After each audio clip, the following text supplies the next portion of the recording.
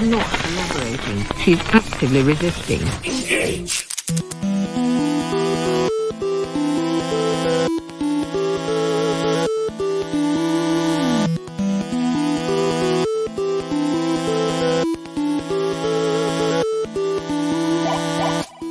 Citizens of Earth, gird your loins and open your minds.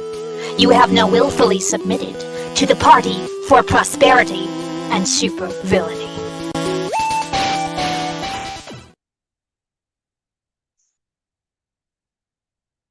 Greetings, salutations, and other such cordial TJ, leave it to me to give myself a big, complicated fucking word. I practiced it like 12 umpteen times. Did not get it. Cordial compulationarities. Haha. To the 12th official episode. Welcome to the 12th official episode of the Party for Prosperity. And you know what? Let's just go ahead and turn the camera on because it's a popcorn episode. And popcorn, it's a little buttery. It gets a little slippery, you know? I am known by many names, but today you may call me the Mad Hat Cat.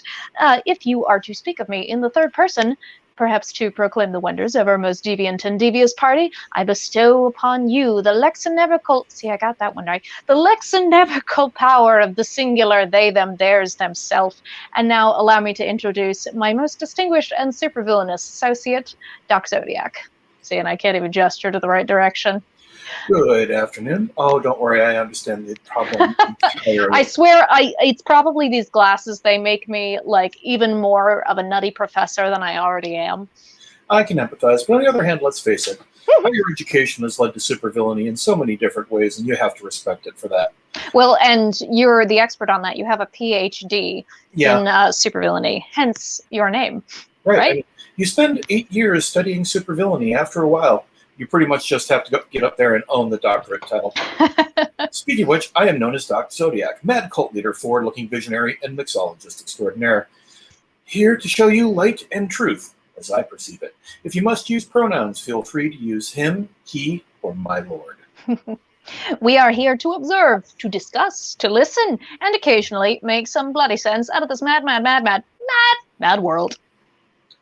And in today's episode, we'll be exploring one of the most primal and potent supervillainous superpowers, music. We'll go over a little bit of the torrid, intertwined history of music and villainy, including how the good doctor survived the satanic panic of the 1980s, some melodic and discordant tropes within different forms of art and media where music is used, and of course, we shall reveal our favorite supervillainous theme songs. But of course, before we come to the first treble clef of our sinister sonata, although today is a popcorn day, we must still take the time to remind ourselves that we are fallible human beings, and that the party strives for, at bare minimum, to remain chaotic neutral. Ahem. All rise and shift slightly to the left for the reading of the party manifesto. 1. Whenever possible, supervillains must treat others with kindness, civility, and respect. One never knows who they might be addressing and what sort of day they've had. Rule number 2.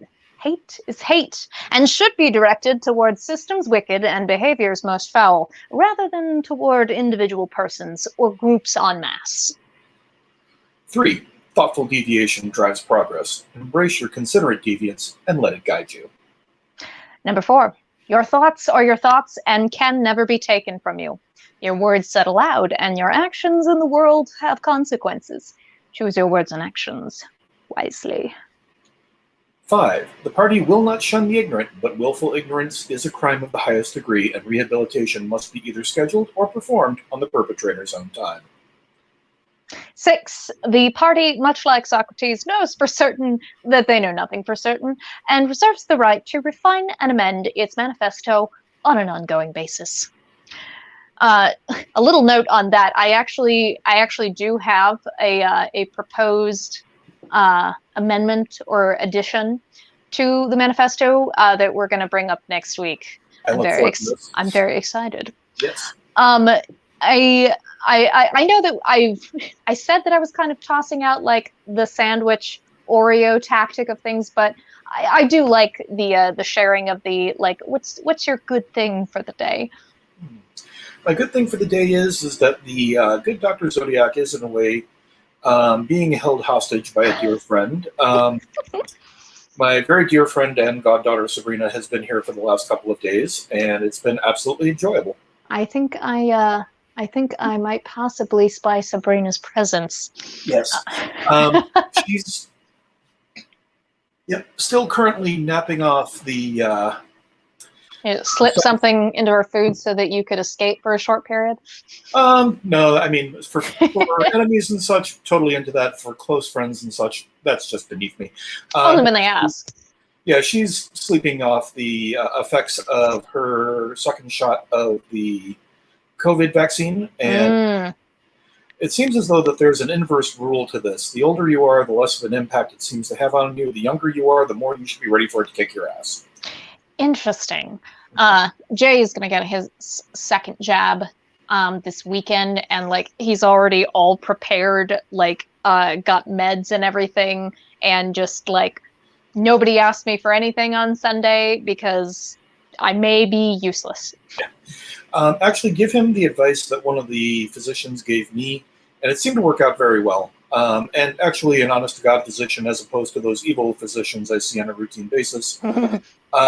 This one suggested that you take Tylenol 2 hours before you get the injection and then continue on for like the next 12 hours. Okay. And I noticed that for about 2 hours after I got my injection, I was kind of dragging and a little warm and all of that. And then it kind of fell off of a cliff and I was just fine immediately after that. Huh. I've heard a few folks say that like you're not supposed to take I never remember what the acronym is, but whatever aspirin and ibuprofen are, NSAIDs, the ones that I think they thin your blood a little bit. Is that a thing?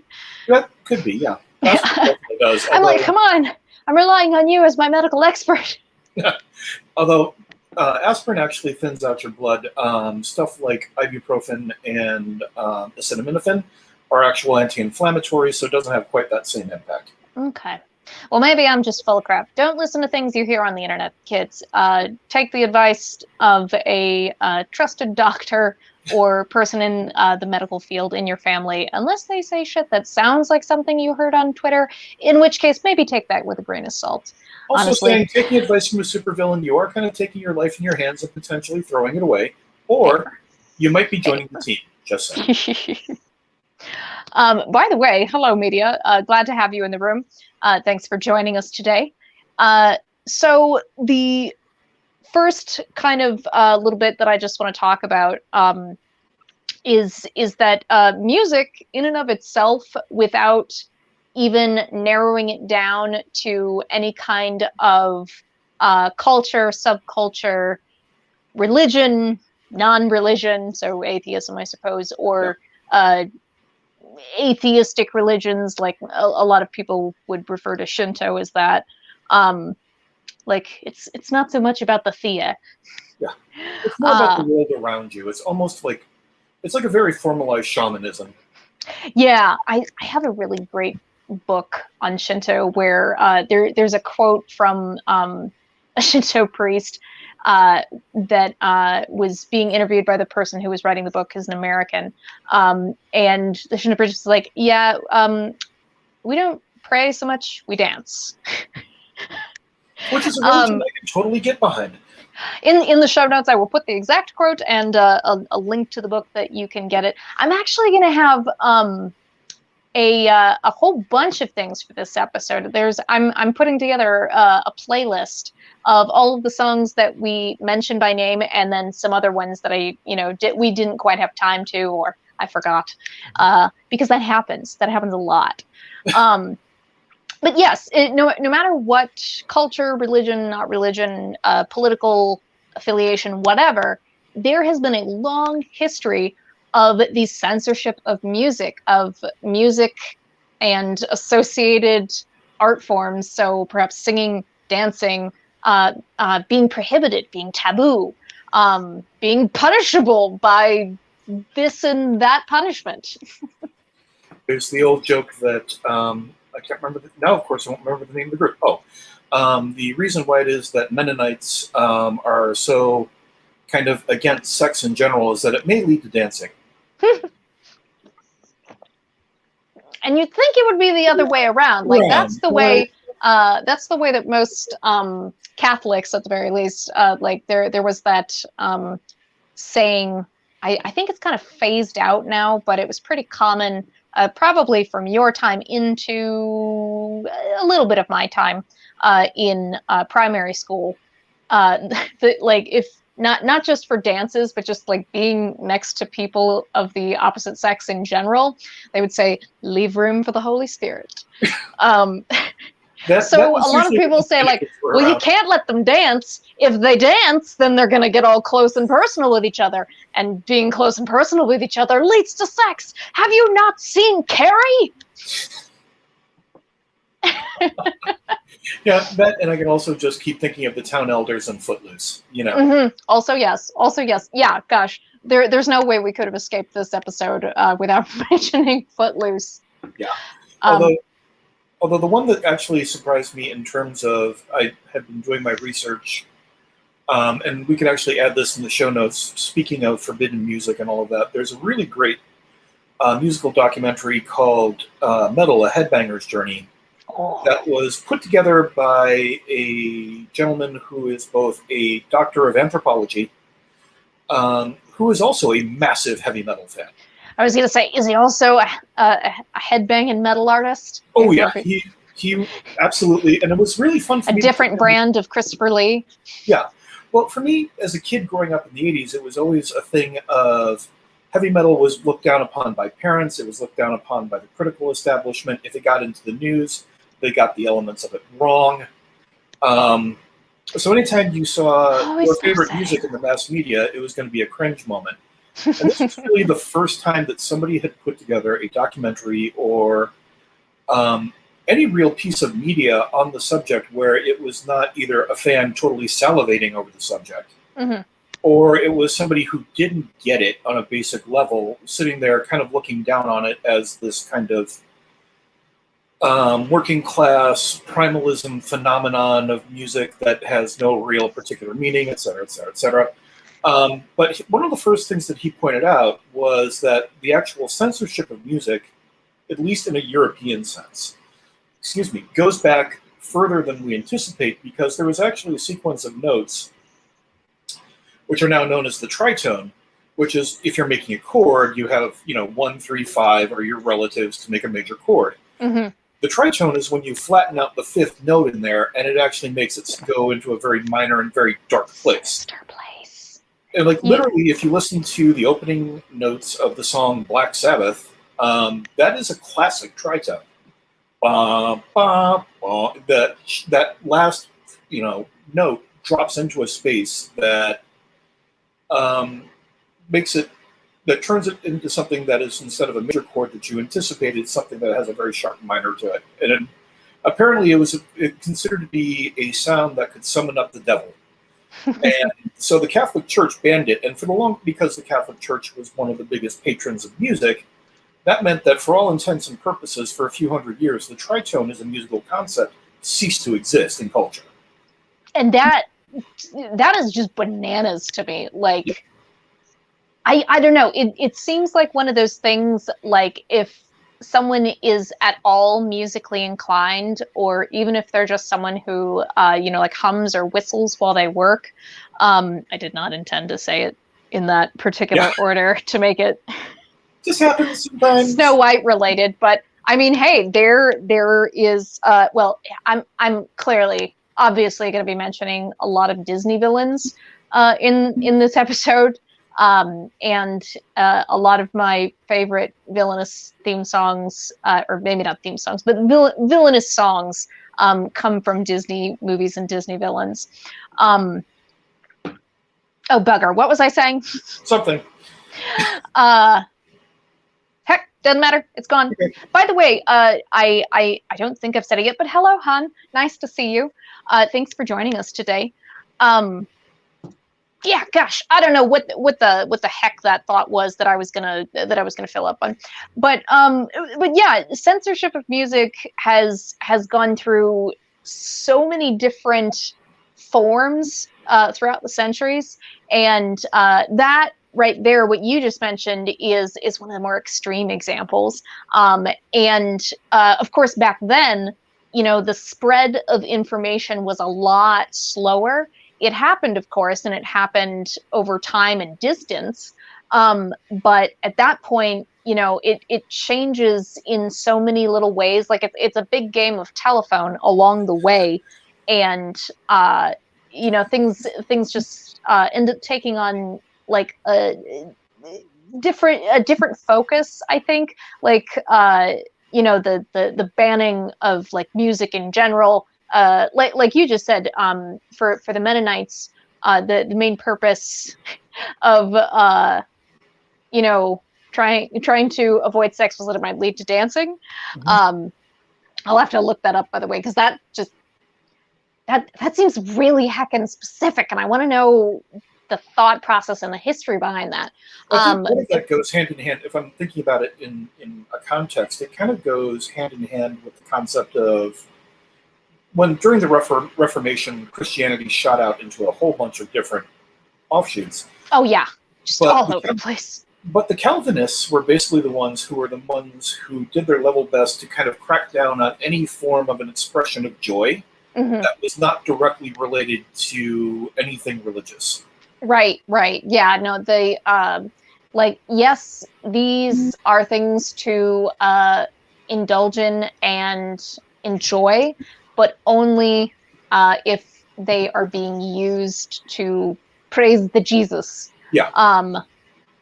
And I'm sure that's true of some other religions as well. Unfortunately, for as wide as my world religions knowledge is, for someone who didn't study it as a profession, I know very little about the acceptability of music in general, and then like the types of musics and situations that music can be played in. But then, of course, there are some of the things that I do know is that it's not just the music, but everything that comes with it. You mentioned sex, that's one of them. And on the other hand, dancing comes with that, singing comes with that. So in some cases throughout history, instrumental music, totally fine. Start to sing, out of here. Yeah. You can have the instrumental music, you can sing, but if you start to dance, if you start to tap your foot, ooh, there's all these things that like what in that particular time and place of the culture, is going to over spark the passions, because that seemed to be a real concern. And it could be different things. It could be the dancing that does it because you're moving with your body. It could be the singing that does it because you're inflaming your mind, as it were, just like those dastardly stories of romance that kill the female lead's mother in Sleepy Hollow. Oh yeah. I always think of that when Ichabod comes downstairs and the girl's reading her story. She said, "Oh yes, hello." Hides book directly under couch cushion. Yeah, the thought that basically any form of art that was not expressly related to whatever your religious belief was would lead you into places that you were just plain not meant to go. And it's entertaining to me to realize that during the same time that Europe, in its own rather unique way, was becoming more conservative in trying to convince us to not head in directions of thought, a lot of what we refer to as, modern music and the theory thereof was actually being saved by the caliphate. The Muslim world had embraced it to such a degree. And it's kind of been an ongoing back and forth between those particular religions as to which group and which subsect will kind of embrace it or which one will drive it away. And both sides have their fair share of anti-music lunatics. I mean, you just have to take a look at the excesses of the Taliban not that long ago to be able to take a look at that.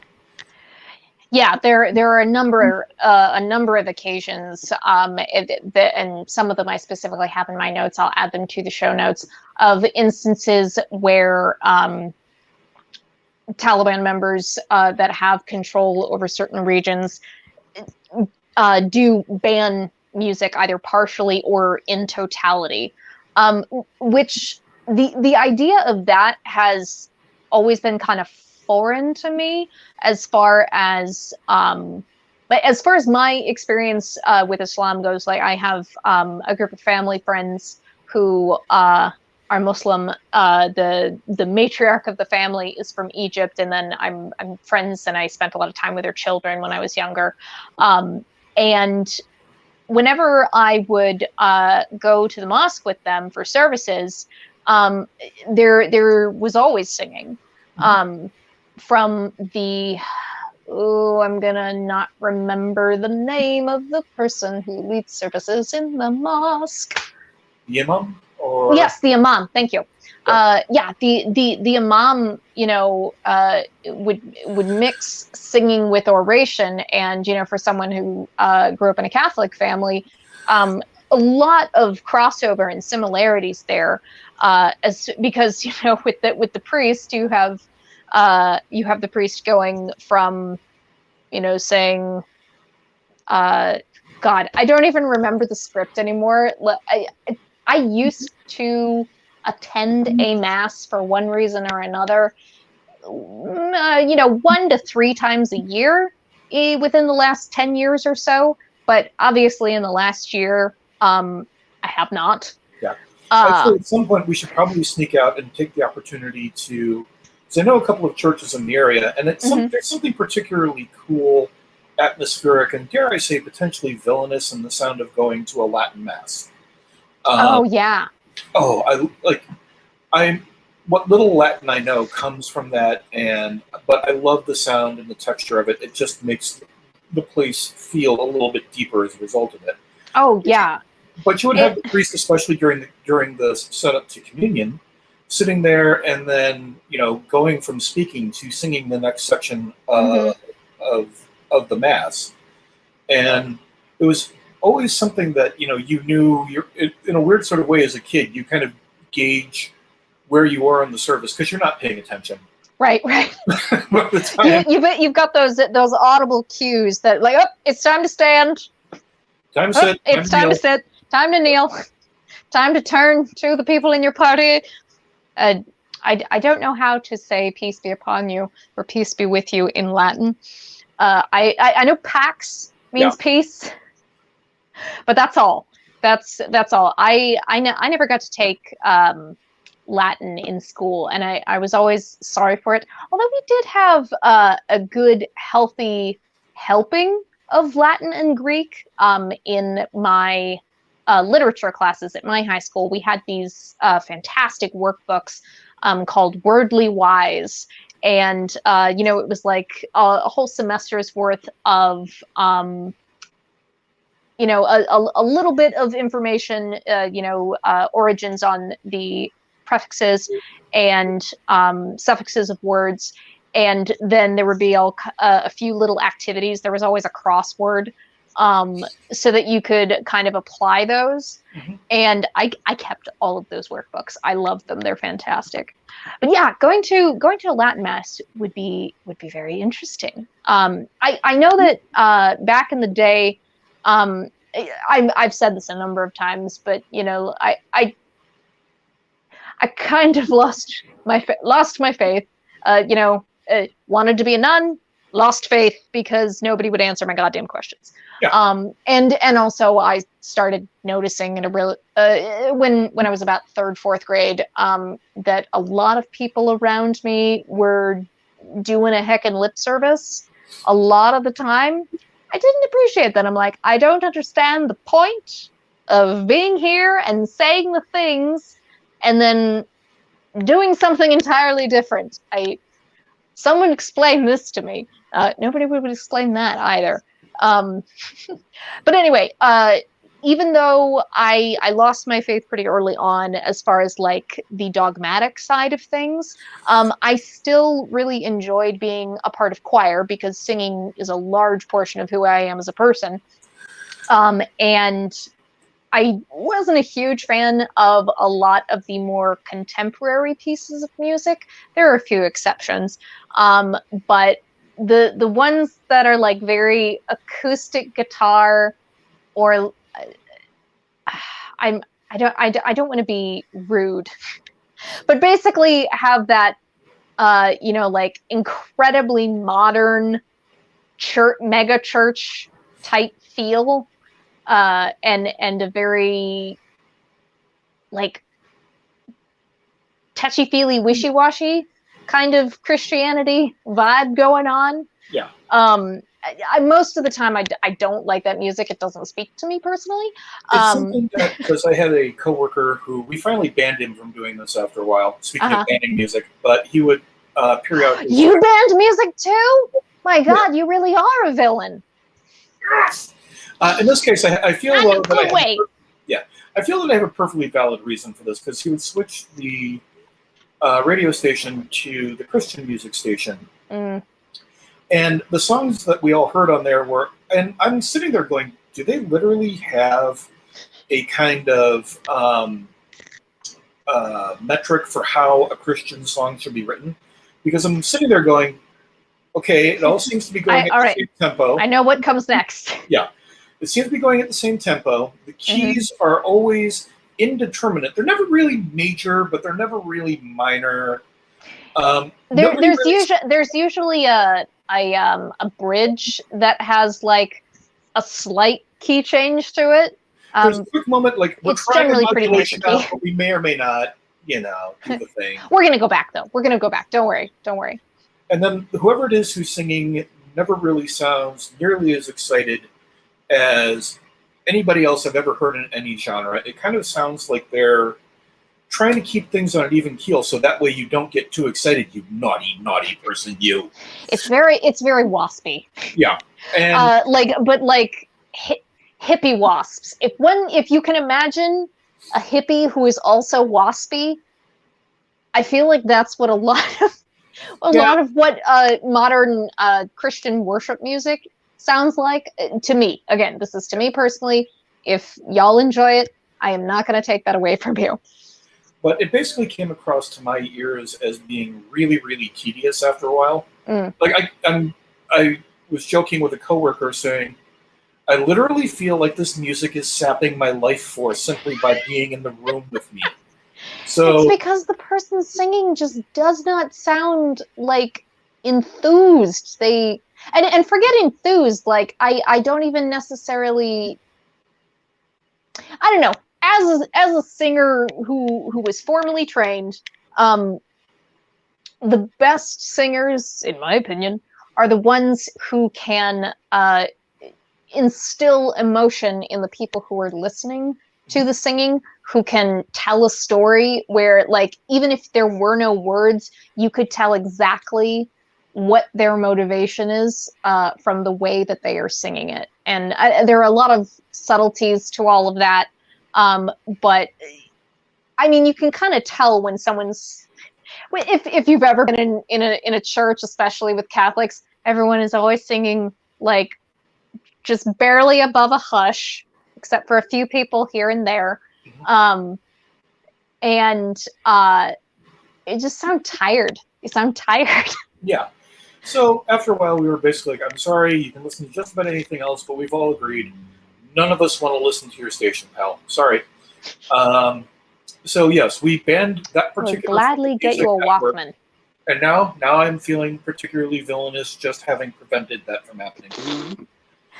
That is just the villainous of villainy.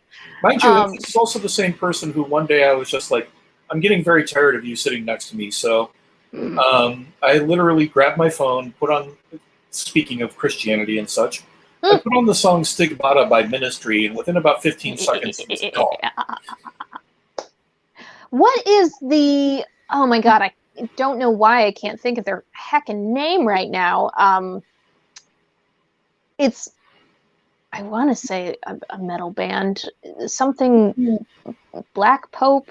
Something with Pope. All of the members have a lot of face Ghost. paint and black and white adornments, and there is a clergy hat on one of them. The band's name is Ghost, and the lead singer, the guy who does the principal amount of the songwriting and arranging is credited on the albums as Papa Emeritus. So he's, yeah.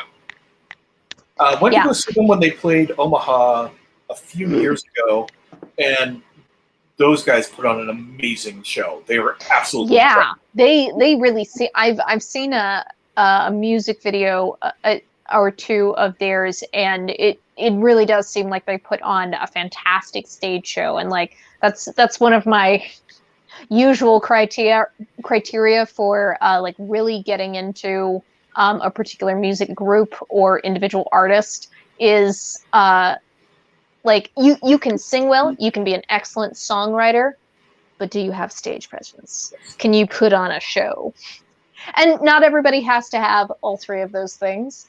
My dad and I, when I was young, like those were the three things we were always rating people on. Like, okay, the Beatles, they put on a subtly good show, even when things got super duper crazy. They were okay singers. They were very good songwriters.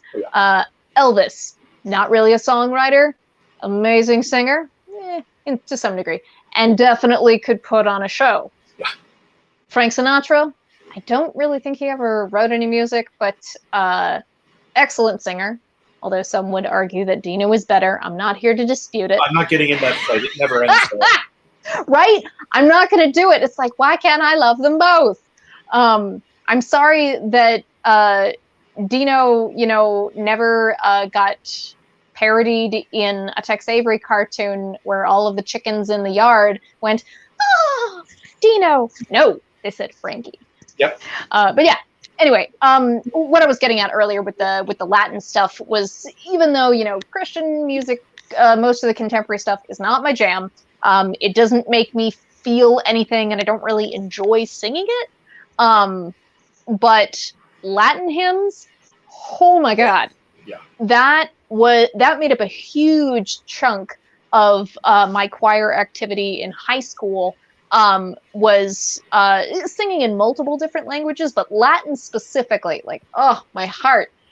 And it's not, I mean, I don't know if is Alleluia versus Hallelujah. Yes. Technically Latin. I don't remember which way it goes, or maybe it's Greek. I don't know. I was never much for musical pedagogy. But yeah, the Celtic Alleluia is one of my absolute favorites, and that's in a major key. Yeah. I love the Celtic Alleluia, and for those who may not know it by name, it's the one that goes Alleluia, Alleluia. Love that one. Partially because it has a really super sweet soprano part to it. I love the harmony action that you get going on in there. Also, if you listen to it, at least from the way that you were singing it, the time signature is also not a standard 4/4. I think it's in a 7/8 because that's where a lot of Celtic music fits into. There, you mentioned something earlier that I kind of wanted to touch on, the fact that like a Latin mass is in another language, or like Latin music, Latin church hymns are they kind of give this kind of deeper sense than English might. And that's something that I think about a lot. Like, I know, typically speaking, we don't go into our personal spiritual practices here.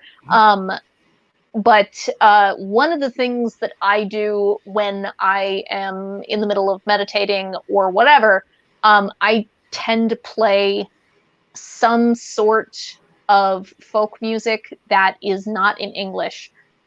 Most of the time nowadays, I have a station on Pandora that has a lot of kind of Old Norse inspired bands, and some of it is like deep, dark, is it Helgrim? I can't remember the name, but I'll put it in the show notes. They have one of the vocalists who does this like deep, like kind of scary, sinister, raspy, kind of trilling voice, and just kind of, it's like they're saying incantations. They are performing invocations at the top of a Nordic reconstructionist ceremony. Sounds like Island. Yeah, Heilung. Fuck me in the ass. that was the one that I'm thinking of. Heilung, I think, started in, and then there's another few that have similar names on there. I'll link to my Pandora station. How about that? Y'all can listen to it. But yeah, there's something about not necessarily being able to immediately comprehend, like even if you can pick out words here and there, that almost makes it, at least for me, more meditative, because I don't necessarily, I can't get distracted by the language.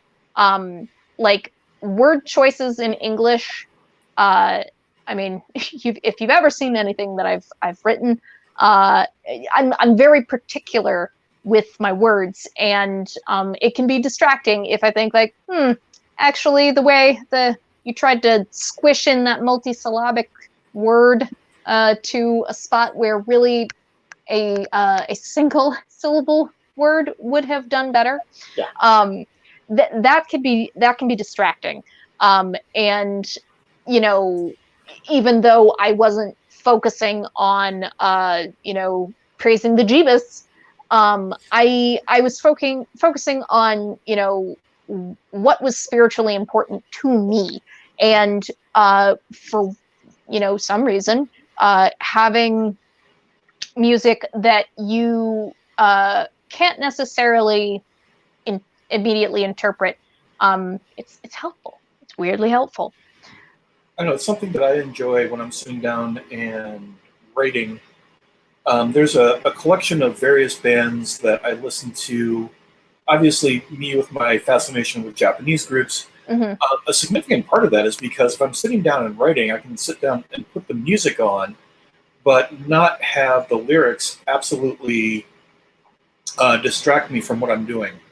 Anything that's very lyric heavy in English, I can't write to because I'm spending my time listening to the song. So therefore, as much as I might enjoy various hip hop acts, I can't listen to it when I'm writing. But if I put on Lunacy or X Japan or Dir en Grey or any of those groups, the music is something that has a familiarity to it because of the way that, you know, they're mixing various genres, but they're all genres that I'm aware of from rock and roll or heavy metal or whatever.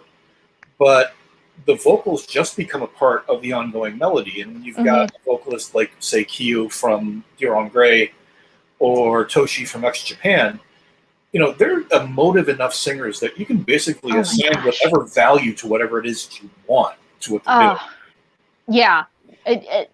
Listening to Toshi sing is so heart-stabbingly inspiring sometimes.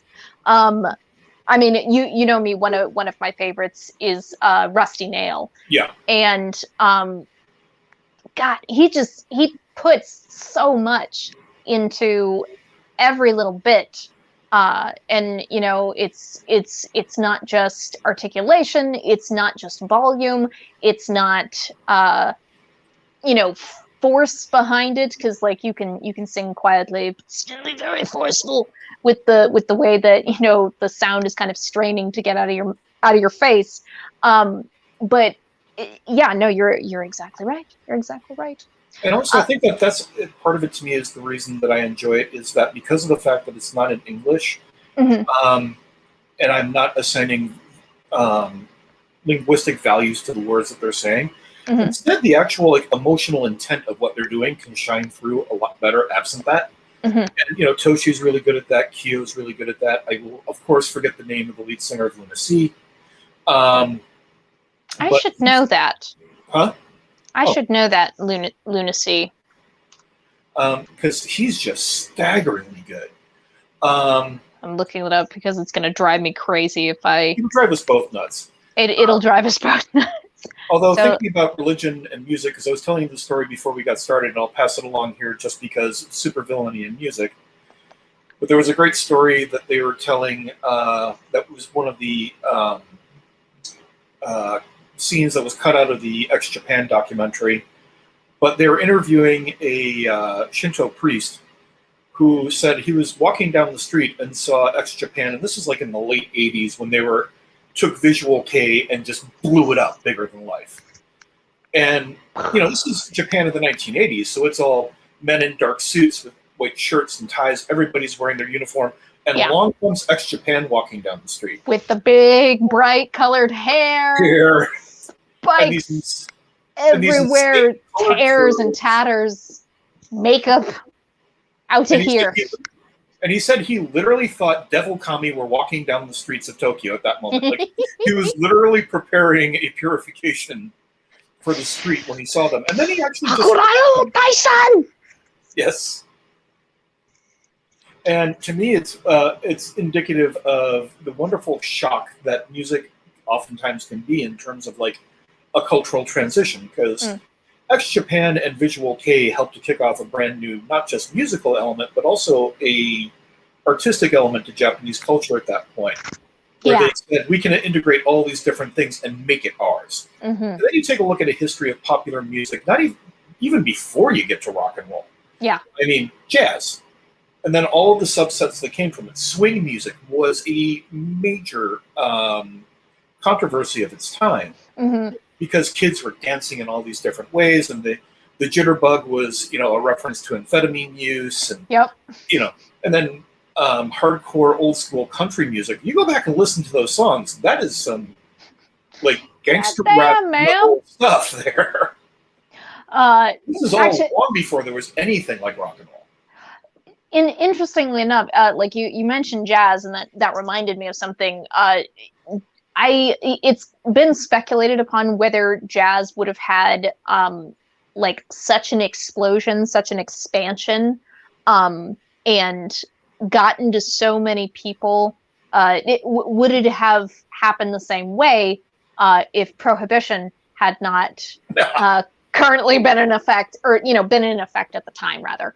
Prohibition made outlaw culture officially part of not just stuff that was part of the underground, because you kind of have to be one of the in the know people to get to the underground stuff. Yeah. When you made something as popular as alcohol illegal, what you just did was you made underground and criminal culture much way broader. And then jazz just went right hand in hand with that perfectly.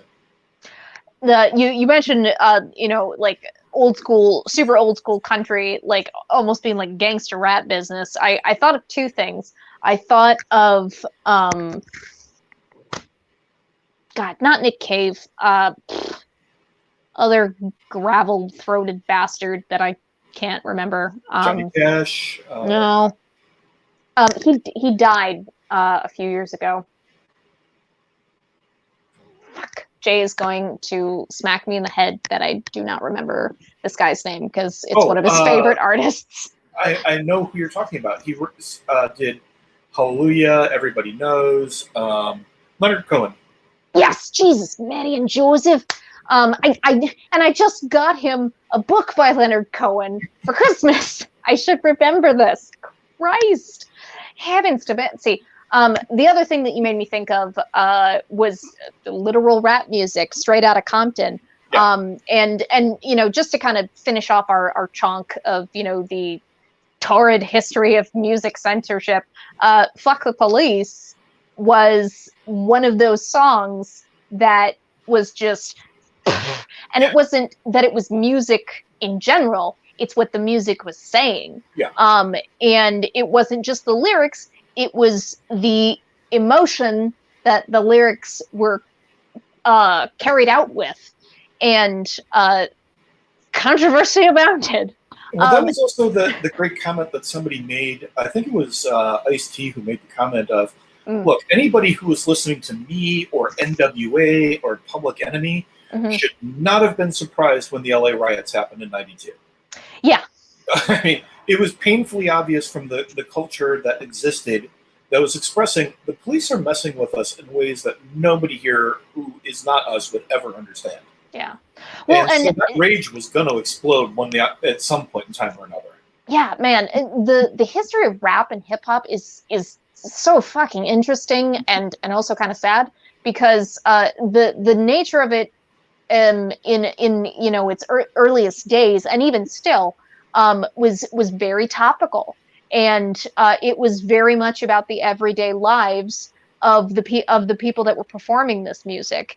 And you know, maybe that's part of it. Like the whole thing with like the contemporary Christian worship songs are usually performed and the person sounds like they're tired. And part of me and then like compare that to gospel music.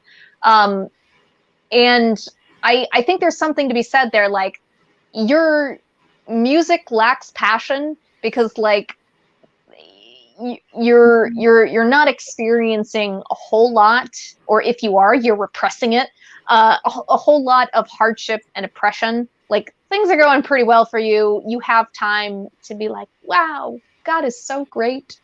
But you know, for a lot of people, things aren't so great in their lives. And music is one of those ways that, you know, not only can we get out some of the angst, even if it's a happy major key song, but music is also a way that we share information, that we you know, try to inspire people, in some cases to supervillainy. Yes. Because like, no, don't sit there and just say, well, it's the status quo. No, get up and do something about it. Come with us and we're gonna fucking do something about it. And I think that's surely in the last 100 years, one of the reasons why, or one of the top reasons that music was censored. Like the BBC also has a history of a lot of music censorship. I love the BBC, but you know, that is part of their history. I do want us to move along kind of to the next section. Okay. If I can find my notes again. I know this well. Where is David?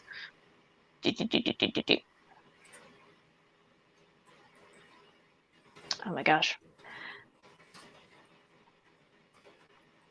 I'm so sorry. My notes are being slow. My laptop is just a pile. Okay, there we go. We talked a little bit about some of the tropes, you know, that kind of follow in religious music, but I want to talk a little bit about how there are different musical tropes that happen in different forms of media. And we can talk about film, we can talk about anime, we can talk about American animation, and you know, there are or American theater. For that, I'm here to tell you the things. And actually, that there will, I'll open us up just with that one because it's in my mind, and we gotta snatch the thought now while it's still here. Yes.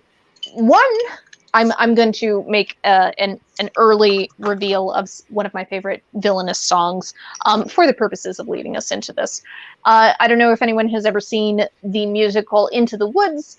It's one of my favorite musicals, written by one of my favorite musical theater authors, playwrights, Stephen Sondheim, who, if anyone ever has a chance to just listen to a soundtrack, I usually recommend original Broadway versions, but you know, whatever you can find. Yeah. His music is very technically impressive. Like, if I still have a lot of my sheet music from Sondheim shows that I have been in, Dave, and I could show them to you, and you'd be like, oh my God, look at what they did here, and I'd be like, I don't really do music theory, but I'm glad you're enjoying yourself. I think it's all fascinating. Unfortunately, I have never really had the mind to sit down and like really make sense of the mathematicalness of it all. But Sondheim is very he very much does that. Like, there are a lot of math tricks that happen within his music. And one of my favorite songs, not just from the musical, but also from his work in general, and it's also a villain song, is called The Last Midnight. And it is sung by the witch, who is one of the central characters in the story, originally portrayed by my darling Bernadette Peters, for the original Broadway production. And there are a whole lot of tropes that happen with that song. I will, again, this will be one of the songs that are in that playlist that I put in the show notes.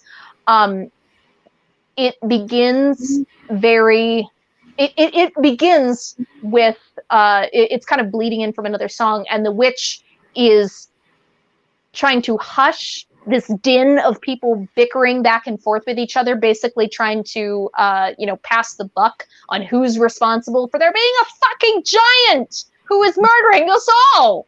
And, you have this, and then over it you hear shh. And then it's very like pluck. It's very tentative, but it is setting a suspenseful and sinister tone. And the witch proceeds to basically say, like, you're blaming me. You're calling me the villain, but you're the real villains.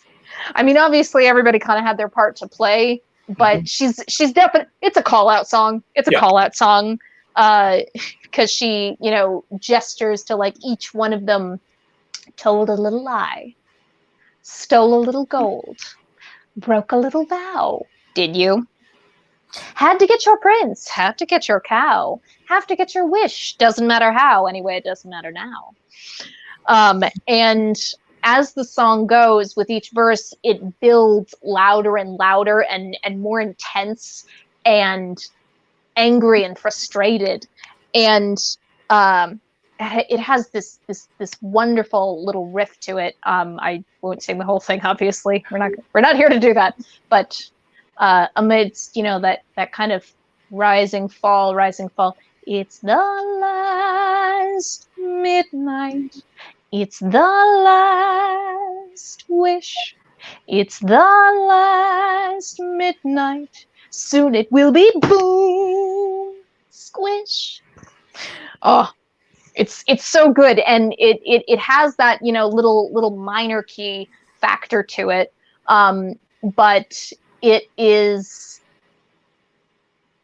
so accusatory. Like it's the very quiet. I don't have to yell and scream at you to be terrifying, because the power behind what I'm saying is enough to get you to all shut up immediately. And by the end of it, she's like frothing at the mouth, and finally just says, all right, you know what, fuck it, you want to blame me, go ahead, blame me, I don't care anymore, I'm out of here, forget you people, and then she like bursts into flames and smoke and disappears. And we don't know necessarily where she goes. You were saying? Yes. Or you were going to say, rather. Now I want to track this particular one down. There was a musical that happened a few years ago that I actually expected that I was going to hate, but I was basically dragged to by a friend and wound up enjoying it far more. It was done as a film. It had been on and off of Broadway. And it's called Rock of Ages, and it's basically somebody took a whole bunch of 80s hair metal and album-oriented rock songs and put them into a musical. And we call that a jukebox musical. Yeah, and usually I hate those with a passion, but the film version of You are not alone. Yeah. You're structuring, okay, let me get this straight. You're structuring the thing around a bunch of songs that you basically get the rights for. Okay, whatever. The film is absolutely entertaining. The casting does an awful lot of work. Tom Cruise plays a kind of like mixture of Axl Rose and Slash, and gets upstaged by a monkey. It's amazing. Paul Giamatti is his manager. Alec Baldwin is running a club that is basically the Whiskey A Go-Go in Los Angeles. But the two main characters, I think, were actually played by the leads of the Broadway one. And there are these two people who are trying to find fame and fortune in the music business in Los Angeles in the 1980s. And there is a scene in there where the main... Yeah. Well done, Han. Absolutely. Hang on, wait. I do want to. I want to put that up. The monkey was probably taller, but there is a moment in there that I went, I knew this song was coming up, and I'm like, okay, this is just going to be the moment that I'm going to feel like walking out. Yeah. Because it's there's a moment in the film where the male lead thinks that that the female lead, who the two of them are in a relationship, is cheating with this Tom Cruise character. Moments before he's about to walk on stage for his big breakout at the whiskey. And at first he walks up to the microphone, and you can just see him freezing up in front of the microphone because he's just had his heart broken and all this other stuff. And then all of a sudden he does the opening lines of "I Want to Rock" by Twisted Sister, which is a fun song, but it doesn't really mean anything. Except this gave it a context. He's like, okay, I've just lost my lady. My heart is broken, but the only thing I can fall back on right now is my music. And God damn it, that's what I'm going to do. And it turned out something that I was expecting to be kind of stupidly exploitive of music that I enjoyed when I was in my teens. Right. And instead turned into a moment where I went, no, you contexted that perfectly. That's awesome. And it's a moment where he kind of transitions from being the good-hearted guy from Indiana to suddenly deciding, no, I am going to be a fucking rock star. With everything that it means. And it turned out to be an infinitely better film than I ever thought it could be. And that part of the story absolutely sold it for me. I, strangely enough, have never seen Rock of Ages. I need to. But until way better than I ever thought it was going to be. Until then, I still assert that Moulin Rouge is the only jukebox musical that actually works. That is another one. This is a classic. And I know that is hotly contested, but I'm pretty firm. I'm pretty firm in this opinion. But yeah, jukebox musicals are never really my thing, except every now and again, even in genres that I'm not a fan of the genre itself, somebody can get it right. And when they do, I love it. Excuse me. To me, I think that's something, though, that using music to contextualize a villain or contextualize a dark moment. Mm-hmm. A great dark moment one is the reprise of "I'll Do Anything" in Oliver. After Bill Sikes kills. God! It just kills you. It destroys you. Oh my God! No! Now you've got me thinking about Oliver, and I'm gonna lose my shit. Yeah. I'm gonna lose my shit. I love Nancy so much, and I get so fucking mad. But the entire audience wants to walk backstage and beat Bill Sikes' ass at that point. Oh, you fucking fucker, yeah. Yeah. But that's a great example of, again, being able to use... When I'm sitting... I always talk to musicians in the studio, and when they're doing solos and such, I talk about the setup and kill moment.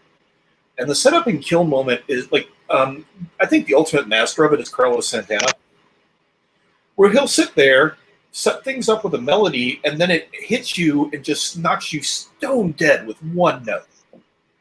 And it's that ability to use the notes around the one that you finally want to get to that makes it work. And using the foreshadowing of this song that shows that, Nancy, as much as she is a child of the street and everything else, has a purity within her.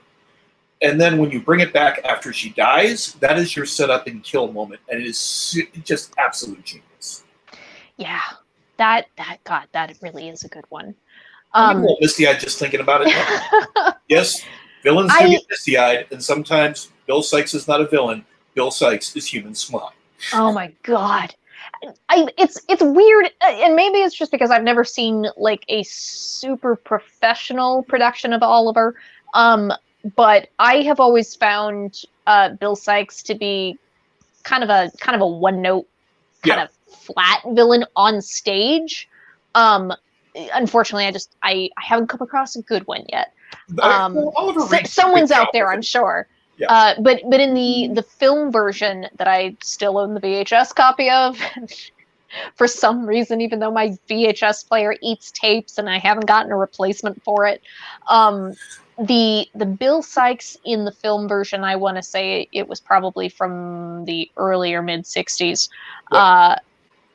God damn, he is just wicked and terrible. And when he talk about notes. This isn't even a song. It's just a musical theme, mimicking the striking that he's, basically smashing Nancy's head in. And there are different versions of like what this violence is, where Bill kills Nancy. On stage, a lot of the time I see him use a knife, and you always see like the shadow coming across the screen, and then but in the movie it is expertly executed. Oh no, that has a double meaning here. Nancy. But no, just with the and then when the final blow is struck, and it goes on longer than you think it's going to, and you see her foot twitching, but you can't see the rest of her. You hear her crying and sobbing, and then that final just kind of long, again, that like dark, deep, sinister note with, like a little lilt of strings to like, oh God, now we need to be sad because she's definitely dead. Yeah. And there is no hope. The minor key tells us there's no hope. It's an incredible piece of work, and and again, we were talking about, villainy and the elements thereof. One of the things that it does an amazing job of, is we both sit here wiping our eyes just thinking about it, is it brings up a very, very strong set of very primal emotions in all of us. We all know that person who is in the middle of something, but is still that bright light of, wherever they are.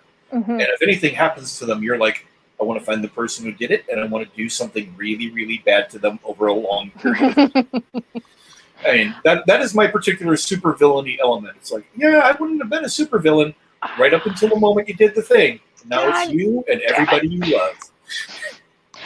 You mentioned like bringing up primal emotions with this villainous music. I thought of another trope. The kind of lingering on syllables and like being very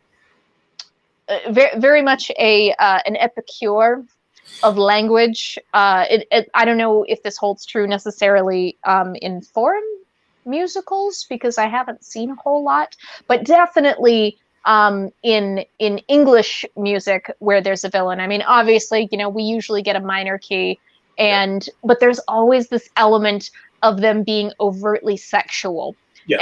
And sensual, and they ooze their way around the floor. I watched My Fair Lady this past Sunday, so that line is in my head. Everything they say is dripping, and it's oily. They relish the words that they say, and everything just feels. It wasn't a very good movie, but I really enjoy it. All Dogs Go to Heaven 2. There is a cat who is basically the devil, and he's tall, huge, broad-shouldered, and red, and he has a song called "It Feels So Good to Be Bad." And again, like it's not great, but it has those same elements that are, it feels so good to be bad. Like, like it's just villains make language their bitch. Yeah. And I say that, with no, I say that knowing that I hate that phrase, but it's appropriate in this context. Yeah. I'm going to allow it. For me, the context I think of when I think of the best music going hand in hand with some of the best villains, especially some of the best villain intros, is The Crow. Because you have, when you first meet Michael Wincott's character, who I think is actually just credited as the bad guy, but is basically top dollar from the comics. Nice. Yeah. Michael Wincott's intro into that, because there's this slinky kind of music, and they're doing a tracking shot, and you're following this woman's body, and she just looks amazing, and she's naked, and this and that, and then when you come up onto her unblinking eyes, you realize she's dead, and then the first words you hear out of his mouth are, "I think we broke her." Looking over at his sister, and you begin to realize this is a whole, like, The people that he's after, those are all bad guys. This dude is a villain. This is like the characterization of it. And then there's a very similar scene, although it shows the difference between Top Dollar and his cronies, because when you see Fun Boy, it's a very, very similar scene where he and his girlfriend are sitting around shooting up heroin, and the music is playing, but it's tracking in such a way that it shows just how dirty and odd and strange this whole thing feels. Yeah. And it contextualizes things completely differently. It's a really wonderfully thought out way of using, like, we're going to use a very similar tracking shot. We're going to do this. We're going to do this. But it will reveal two completely different characters. Yeah, visually, you're getting a reminiscence, but audibly, something is terribly wrong. I love that when they do that in television and film, where they're basically like doing a 1-to-1 mirror of another scene. Yeah. Or even sometimes. This happens frequently in music videos, I've noticed.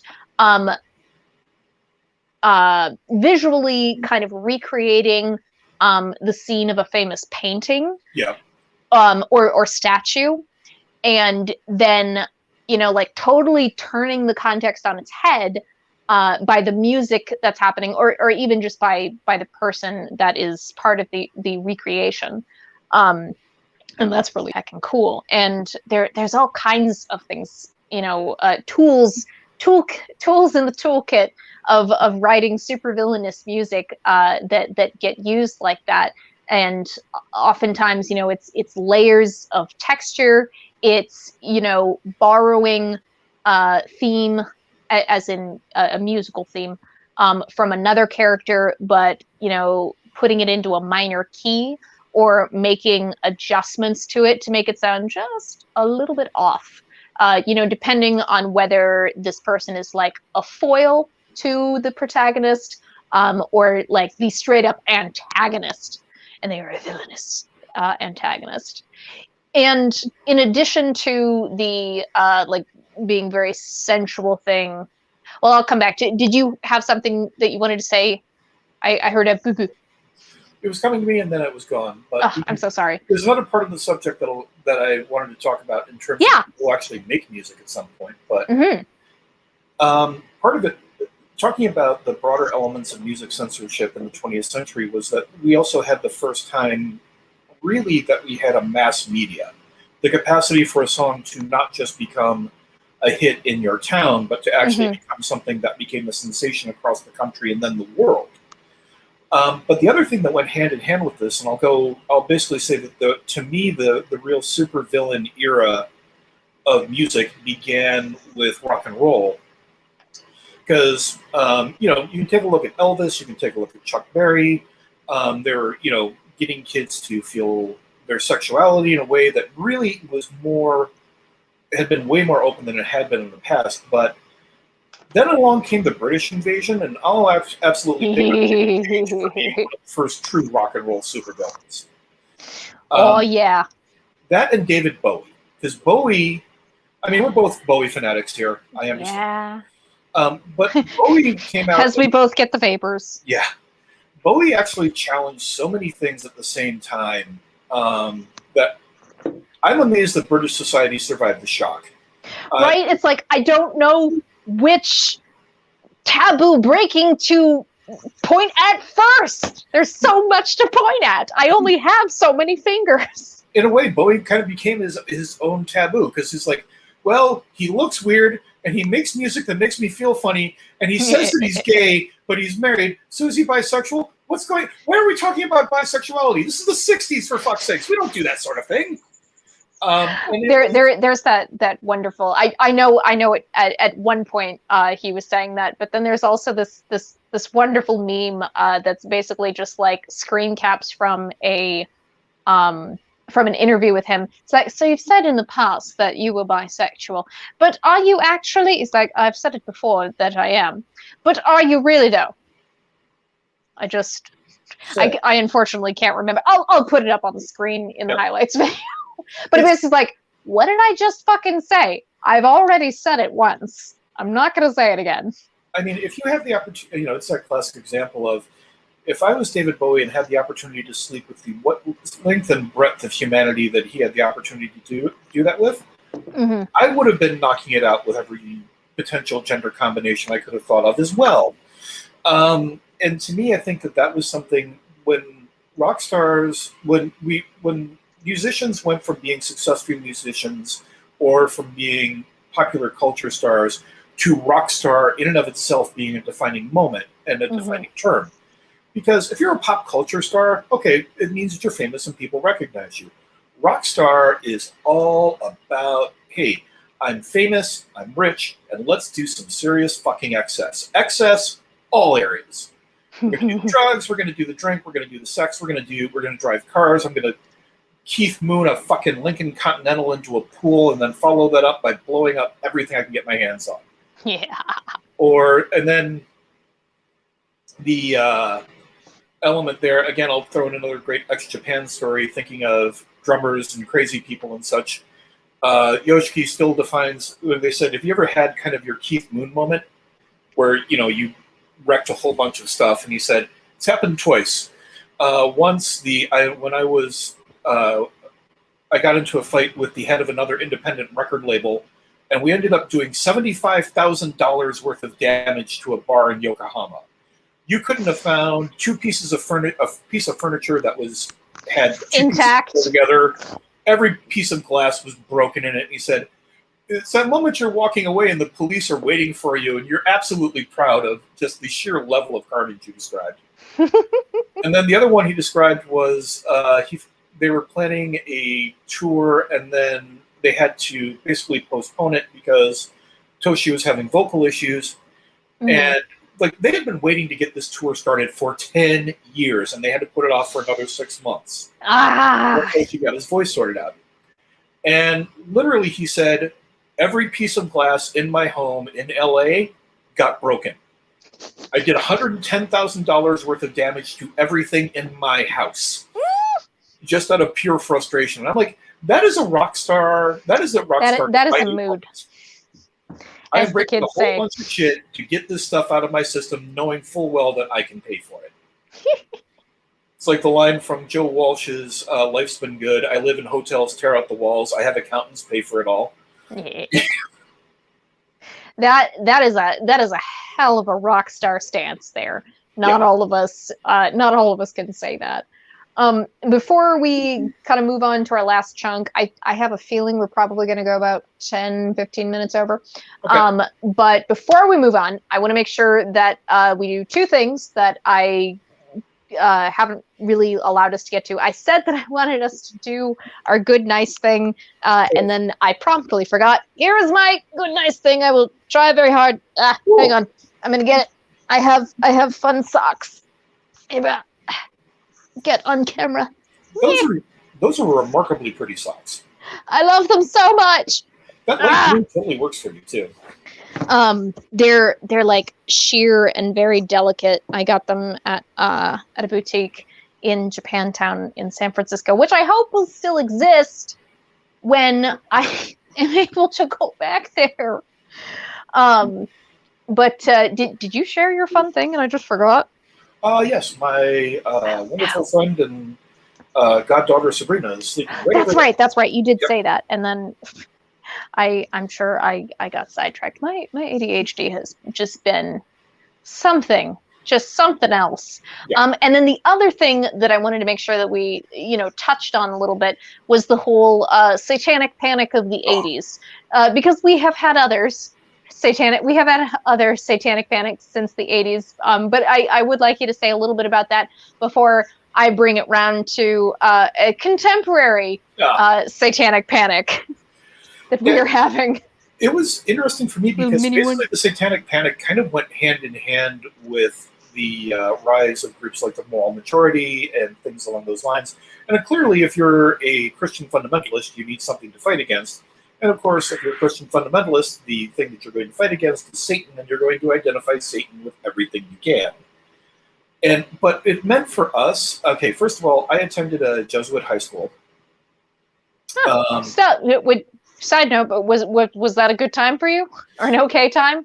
It was an okay time. My friends were pretty cool. It was actually interesting for me because like, I could get into discussions with the priests and such, and like actually, I mean, they're Jesuits. You don't win arguments with these guys. That was kind of where it was going with it. Like, I know not everybody is as in love with the Jesuits as I am, you know, which I know is weird for They're a group that an atheistic omnitheist, an atheistic omnitheistic heathen to say, but I really love the Jesuits. They very much appeal to my commie pinko queermo sensibilities.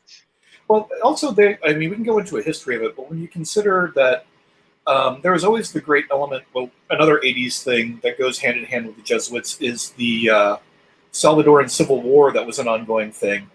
And basically, it was a U.S.-backed government fighting a rebel movement that was in part being led by the Jesuits, and the government was losing. You know, the Jesuits, the Catholic Marine Corps, hit the beach, build a school.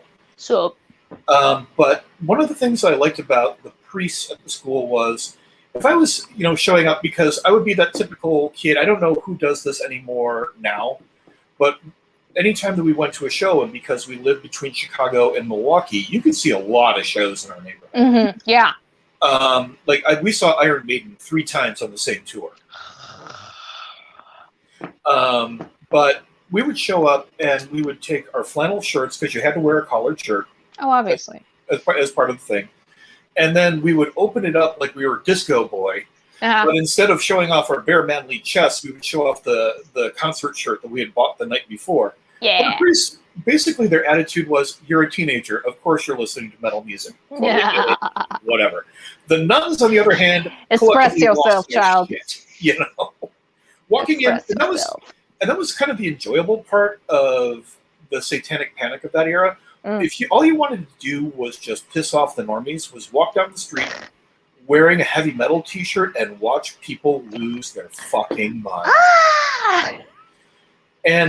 But it was also a tribal thing. I mean, still to this day, I kind of view it as something that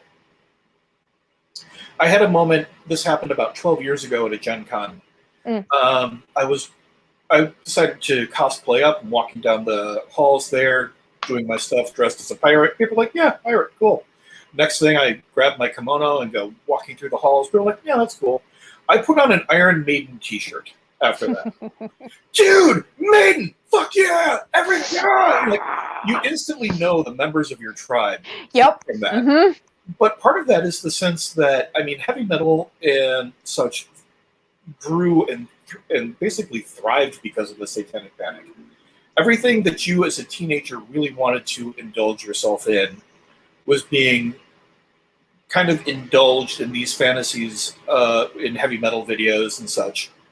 And the people that were running opposite were the people you didn't want to hang out with anyway. They were all the boring, irritating Christian folks.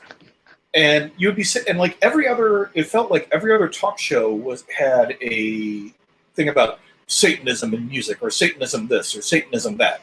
Yep.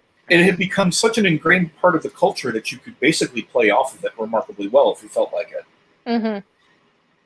But it also, you know, had some very real impact on people's lives. Look up the McMartin preschool trial someday if you want to see what happens when satanic panic goes completely amok. Or the Judas Priest trial that Shauna just mentioned. Let's see here. Where Okay. Oh no, go ahead. Go ahead. Where the band Judas Priest was basically put on trial. I think it wasn't a criminal trial, but it was a wrongful death suit. Because they were saying that there were backward messages in the song "Better Than Me, Better Than You" off the Rock-a-Rolla album that caused 2 teenage kids to attempt suicide. Yeah. And literally, they ended up having to go and fight this case in court. They won. Yeah. But there were other attempts too, not heavy metal, but punk. The Dead Kennedys got busted for distributing harmful matter to minors with that was for a record album. Yeah. Like, they were looking for opportunities to try to push the popular culture back to a place where they felt comfortable with it. Yeah. And we were the generation that was sitting there going, we're watching all the boundaries being pushed around us. I mean, try to shock a Gen Xer. Good luck with that. You know, we watched heavy metal turn from Black Sabbath to Slayer. we watched pornography turn into stuff that was kind of giggled and talked about, and now you can find on your television. Right. You know, we sat there and watched as the entire culture was shaped completely and turned on its head right in front of our eyes. Yeah. And what it basically did was it set it, the satanic panic set into motion this ongoing thing that we see now of a cultural us versus them moment. Yeah. That, you know, happens in pretty much every culture, but has been so much more sharply defined over the last 40 years. Yeah. You've kind of spurred a thought that I don't know that I have ever thunk before. There does seem to be kind of a like, yes, people constantly are referring to a culture war, but it almost seems like it's less of a more like good versus evil or us versus them thing. I think it can kind of be broken down into not even just conservatism and progressivism, but a kind of, you know, there is a objective and finite list of things and parameters that are acceptable, and everything else, we don't even want to talk about it. We don't want to acknowledge that it exists. We want to pretend that it doesn't exist. And on the other side of things, you have no, actually, we want to be able to explore the full range of all of these you know, experiences a human can have, not just a range of emotions, but a range of experiences. And even if those experiences are sad and painful and angry and hell, even hateful in some cases, I will go out on a limb here, and maybe I'll regret saying it later, but I think that sometimes expressing the emotion of hate, like pure unbridled disgust with another singular person or a few people, is not always necessarily a bad thing or an unproductive thing. I mean, a lot of what art is just like, look, I've got this in here, and I need it to get the fuck out. Yeah. I mean, there's great examples of that all the way through, and I can pick on, again, music and heavy metal. Listen to the song Jerk Off by Tool, which is basically about wanting to kill a neighbor that you absolutely despise. But Maynard actually, I actually had a bootleg of Tool playing, I want to say it was like Sacramento or something. Maynard made a really interesting observation before they did that song as part of their encore. And what he said was, a lot of people get this song confused. This is not a song about hate. This is a song about anger. Hate is something that becomes an inherent part of yourself that links you to a person that you don't want to be linked to. Right. And it destroys you from the inside out. Anger is a motivating force that gets you up off of your ass to actually fucking do something about it. That is kind of a wonderful way of putting that, to be perfectly honest, that hate links you to something or someone that you do not want to be linked to. Yeah. But it becomes deep and part of you, and like you would like to fling it away from you, but it's very deeply buried. It's got its claws in you. Yeah. Like my irrational hate of Zooey Deschanel. It's not her fault. It has nothing to do with her as a person. It doesn't really even have anything to do with her as an actor. I just really don't like Zooey Deschanel. I hate when people talk about her. I hate when anyone brings up anything where she's involved. I don't like looking at pictures of her. It just sends me into a weird, irrational, and it's totally irrational. I totally acknowledge that. But I haven't been able to extract myself from this weird hatred of this person that I don't know. I have no fucking idea why I hate Zoe. If for whatever reason, Zoe, you ever see this, there's no reason you should. But if you do, it's nothing personal, honestly. It's just that's a very interesting way of putting it. Reflexive element there. No, go ahead. Okay, but to me, I think that sitting around and when I talk about the idea of expressing hate, I think I was actually having a conversation last night with someone else, and he was talking about there's all of this stuff that I think that from a musical standpoint is stuff that I really enjoy. It's very well produced. It's all of this, and the problem and the guy I was talking to is a huge like death metal, black metal fan. Yeah. But he's like, there's an awful lot of the stuff that I can't admit to enjoying. I don't even understand the lyrics, but because of the fact that the members of the bands identify themselves as National Socialists, it's like, why? Every now and I have this issue too, with various artists where you're separating the art from the artist. But in this case, talking about the National Socialist element of we're going to hate fill-in ethnic group here, or a religious group there, whatever one it might be.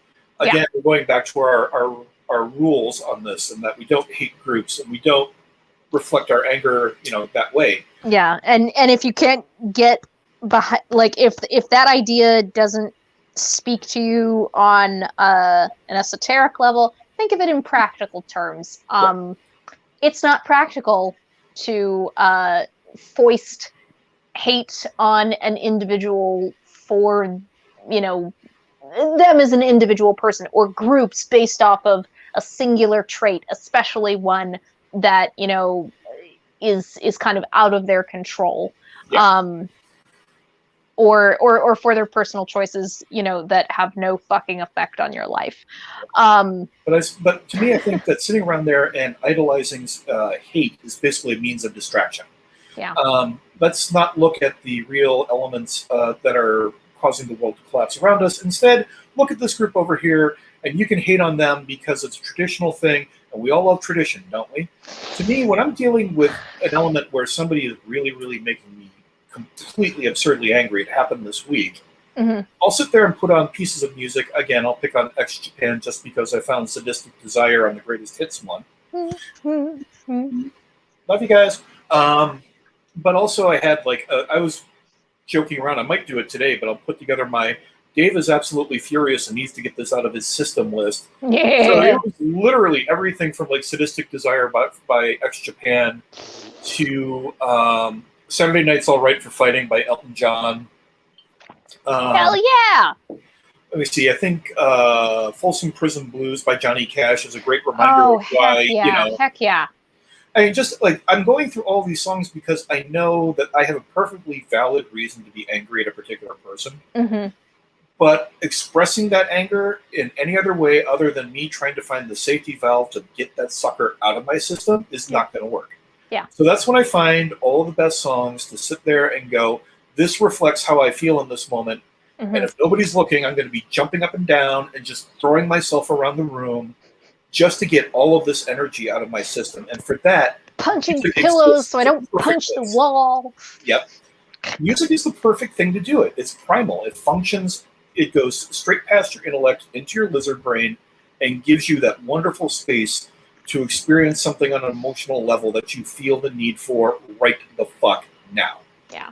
And the idea that somebody's going to exploit that to make somebody else hate someone that they really shouldn't be is something that I think that is, I don't use this word often, but I think it's a genuine sin, and a sin against music in and of itself.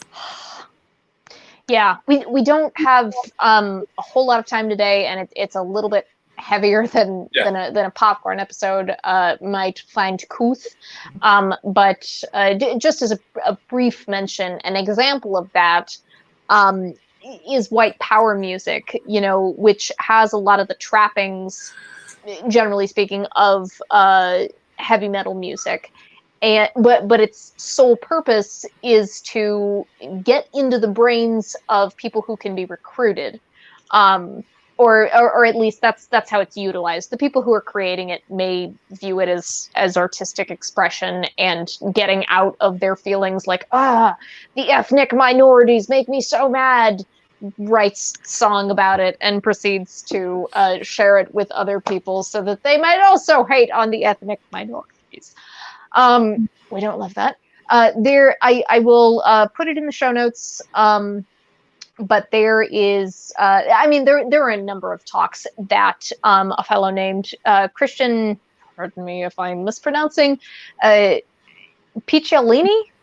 It's an Italian last name, so I don't speak a whole lot of Italian. But Christian is a former neo-Nazi, and he has basically made it his life's work once he was able to extract himself from the movement to, you know, help other people get out of hate movements and go around and speak to people who are not a part, at least officially, of hate movements, and explain to them what it was like to be on the inside of that, what led him to joining up in the first place, and how difficult it was to pull himself out of it.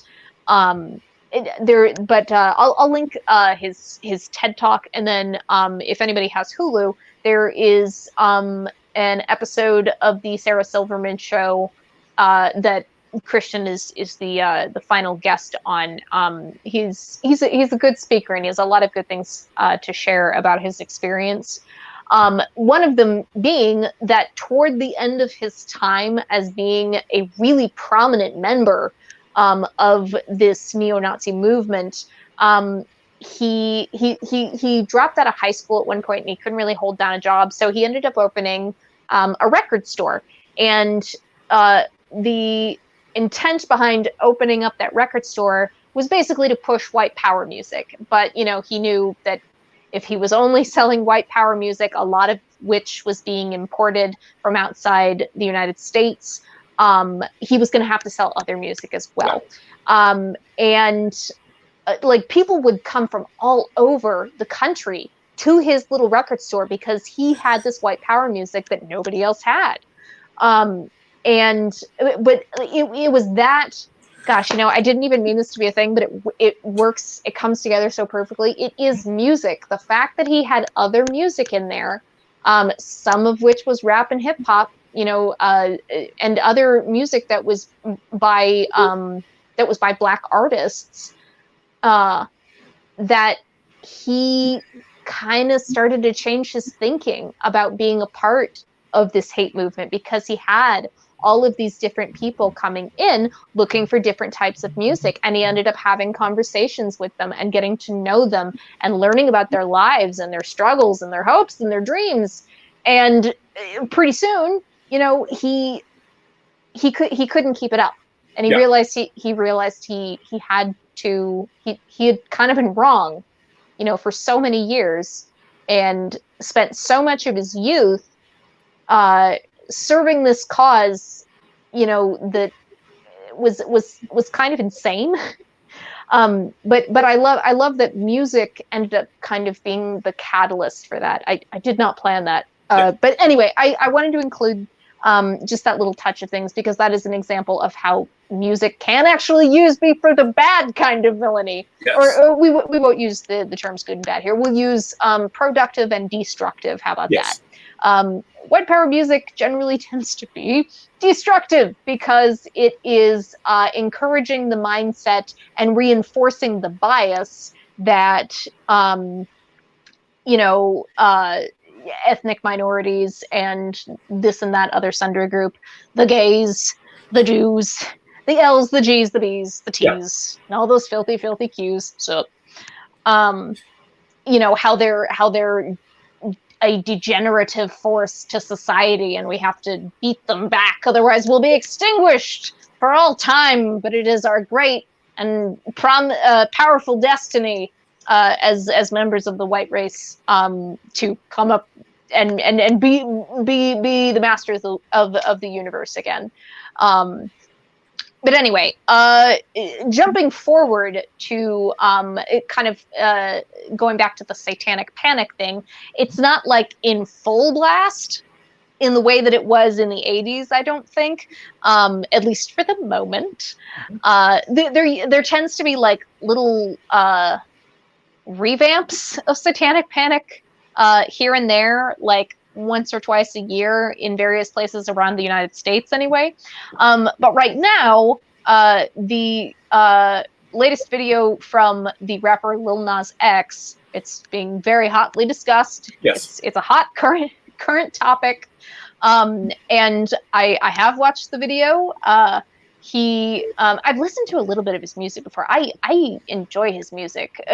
Generally speaking, rap and hip hop are things that I more appreciate musically than I enjoy, like, just in a leisurely fashion. Mhm.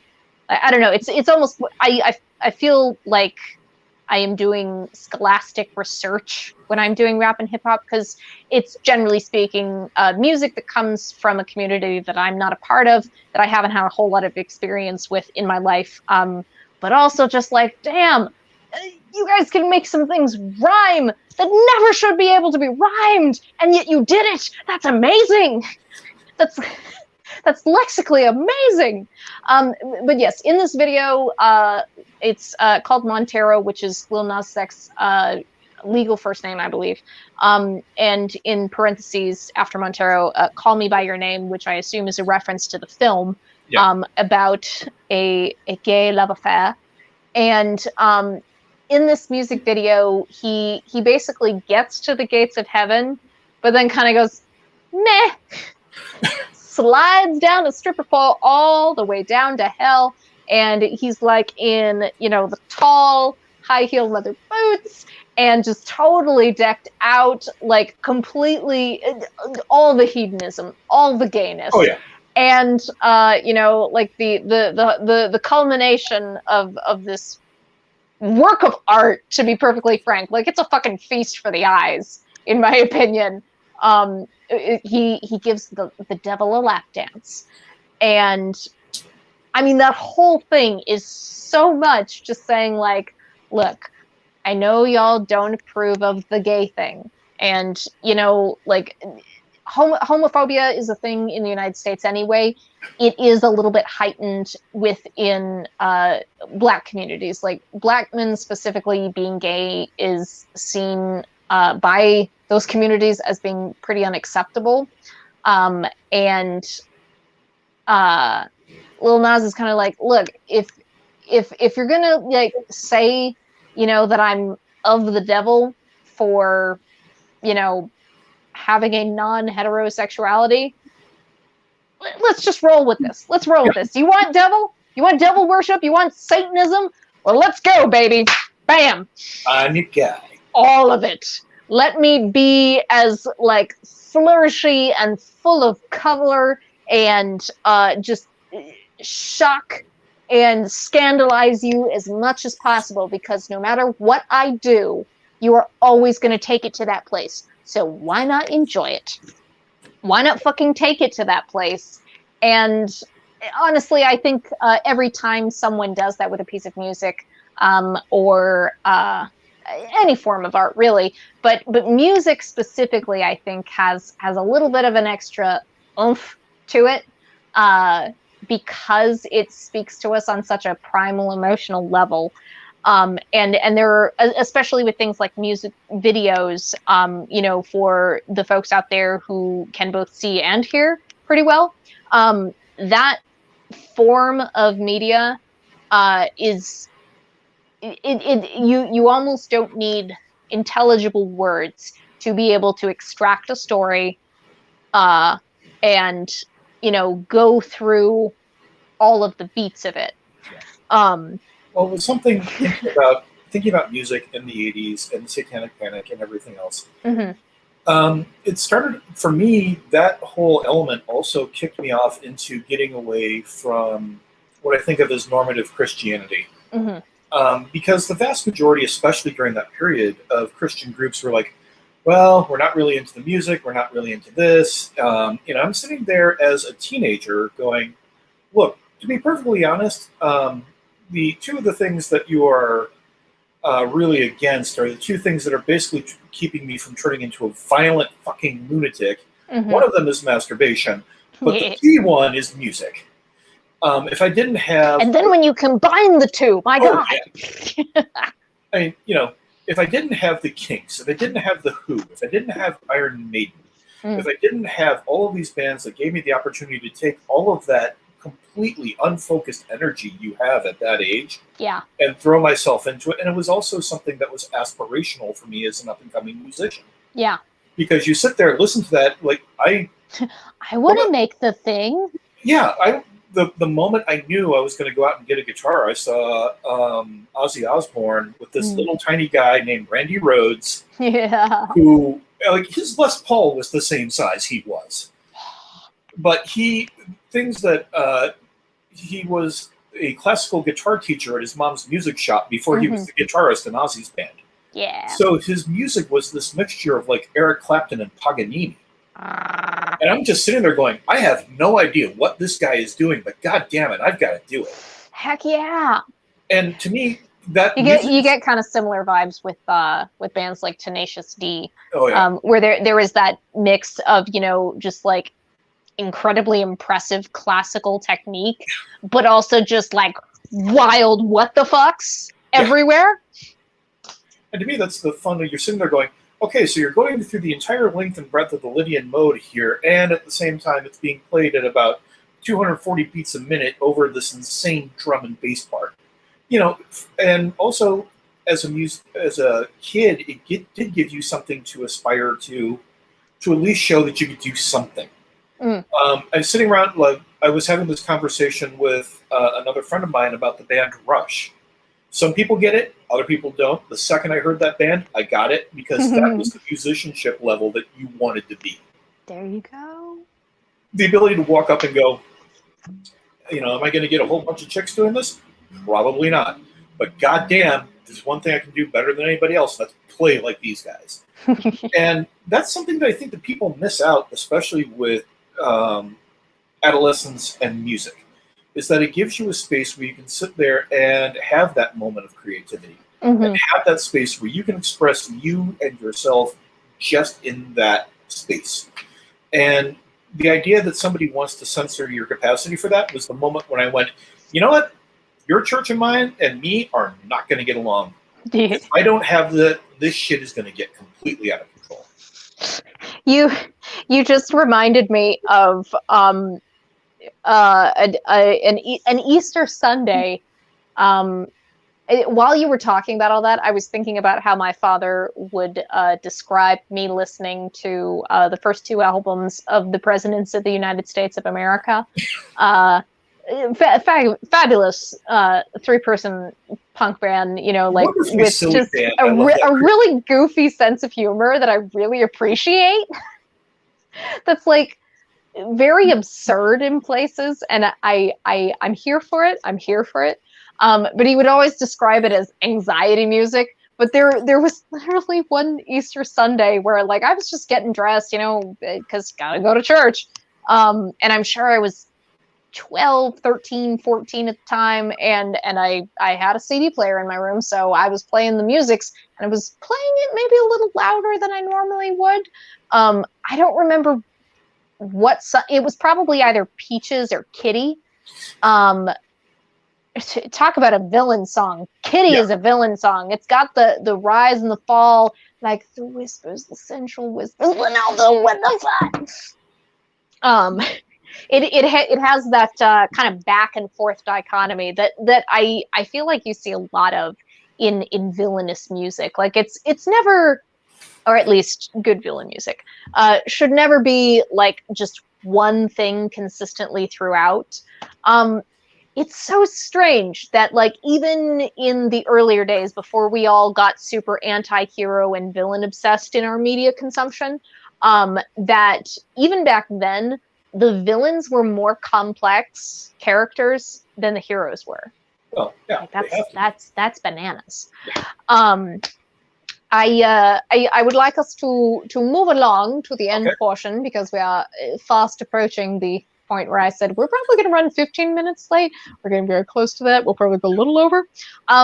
Do you have any favorite villain songs that you would like to share? They don't necessarily need to be from movies or musicals. It could be just from a band, and like it's clearly the theme song for a villain somewhere. If you're going to pick one, to me, the first one that comes to mind is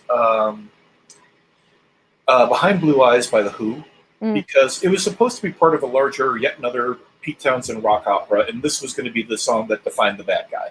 And it does a great job to it. Listen to the lyrics. It absolutely sets up that character. Another one that's almost, I wouldn't say it's a villain song, but it's definitely about an unpleasant person. Mm-hmm. There's a song by the Kinks called Prince of the Punks. Mm. And basically, it's about a guy who's been stumbling around the music industry, who could never really make it, has always been chasing the trend, and finally found a trend that he could attach himself to. Mm. But he has no real attention. He has no real love of music. He has no real love of going out there and performing. He just wants to be famous. Mm. And it's an absolute slam on that whole mindset. It is sarcasm on an incredible level. It's wonderful to listen to. Trying to think of another good villain song to kind of pull out of the top of my head. And if you need a moment, I can go right ahead. List several Disney ones that are just like, either if I have not already done a burlesque number to it, I have scripted it and it's in my Google Drive, and I am just waiting for the pandemic to be over for me to be able to pick that shit back up again. I have a great love for villains of all sorts, but one of my favorite villain subtypes is the street mountebank.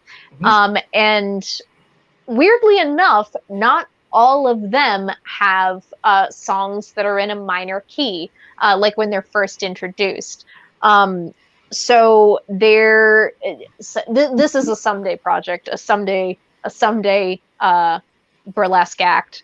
But I would like to basically bring together a medley of my favorite street mountebanks, which are Dr. Emilius Brown from Bedknobs and Broomsticks.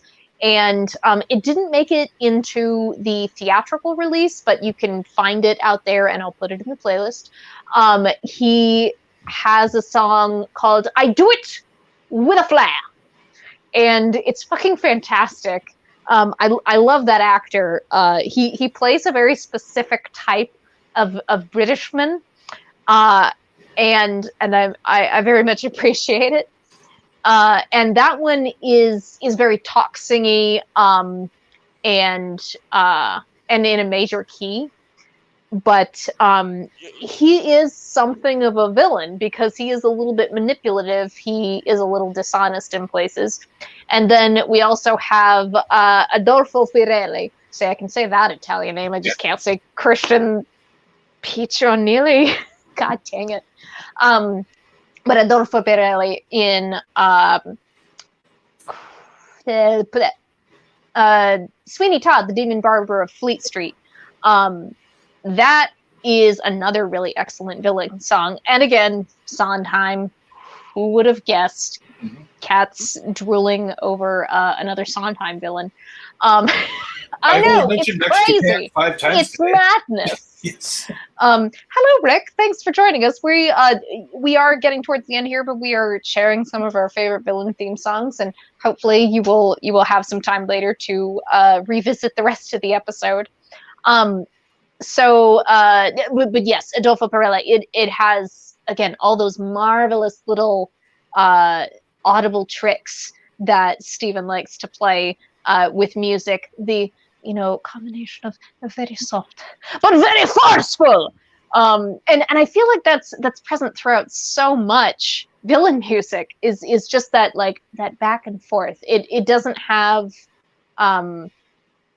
I feel like most of the time the heroes get songs that are a little more even keel. They might have like a little tiny host whisper at the very beginning of the song because they're hoping, or like, in Moana, one of my favorite movies, and one of my favorite songs, How Far I'll Go. She begins the song very quietly, but then, she gets more confident, and to the point of belting, by the very end of the song. What was the third mountebank? Friends. The song is the Friends on the Other Side. It's from The Princess and the Frog, which is a movie that I have multiple feelings about, but we won't talk about them today. But Dr. Facilier, which I fucking love his name, because Facilier is basically like a reference to, like, no, this will be easy. Facile is French for easy, as in not difficult. And I love that that is the name that they gave him. Friends on the Other Side is such an excellent villain song, and it does again have all those elements, the being very sensual with the language, lingering on various vowels, and just being very sumptuous with it, an Epicurean taste. And I now that I'm thinking about it and I'm kind of looking at my list, there are elements, or there are moments within almost all of these songs where the villain is being touchy. Not necessarily with the character, but like with their environment. They're touchy with the walls. They're draping their hand over a bit of fabric or something. They are gesturing. They do it with a flair. You think of Scar in The Lion King, and of course gay villain. He has that line. Oh, I shall practice my curtsy, and he's like lifting up his what would be his pinky finger on his anthropomorphic lion paws. And they all do a lot of things with their fingers and their hands. And because again, very, very, very sensual. They are, into experiencing the full range of volume, of tone, of major key and minor key, of melodicness. Is that a word? I swear, if we ever get merch, that's going to be my first thing. I want stickers and T-shirts and mugs that say, "Is that a word?" It is now. But experiencing that full range between melodicness and discordance, and oftentimes, especially in Disney movies, you'll have like the villain's initial song, which kind of has that like, "Come on, it'll be fine, do it," and then later they'll have a reprise of that song that's much darker. The key has shifted slightly. Their attitude has shifted slightly. A really great example of that comes from Tangled, which again, a movie I have many feelings about.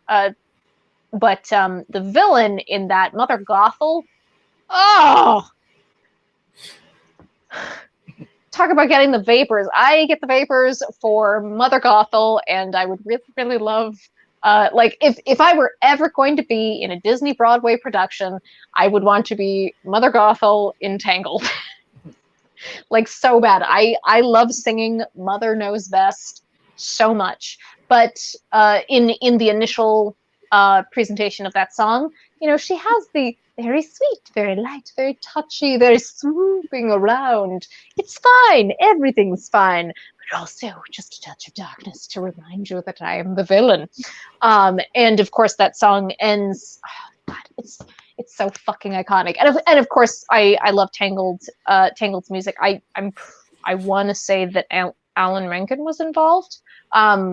If I am wrong, I will cut it from the highlights video, so I do not lose my Disney cred.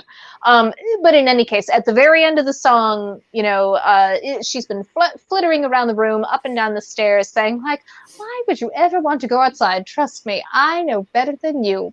Mother knows best." And at the very end of the song, what is the line?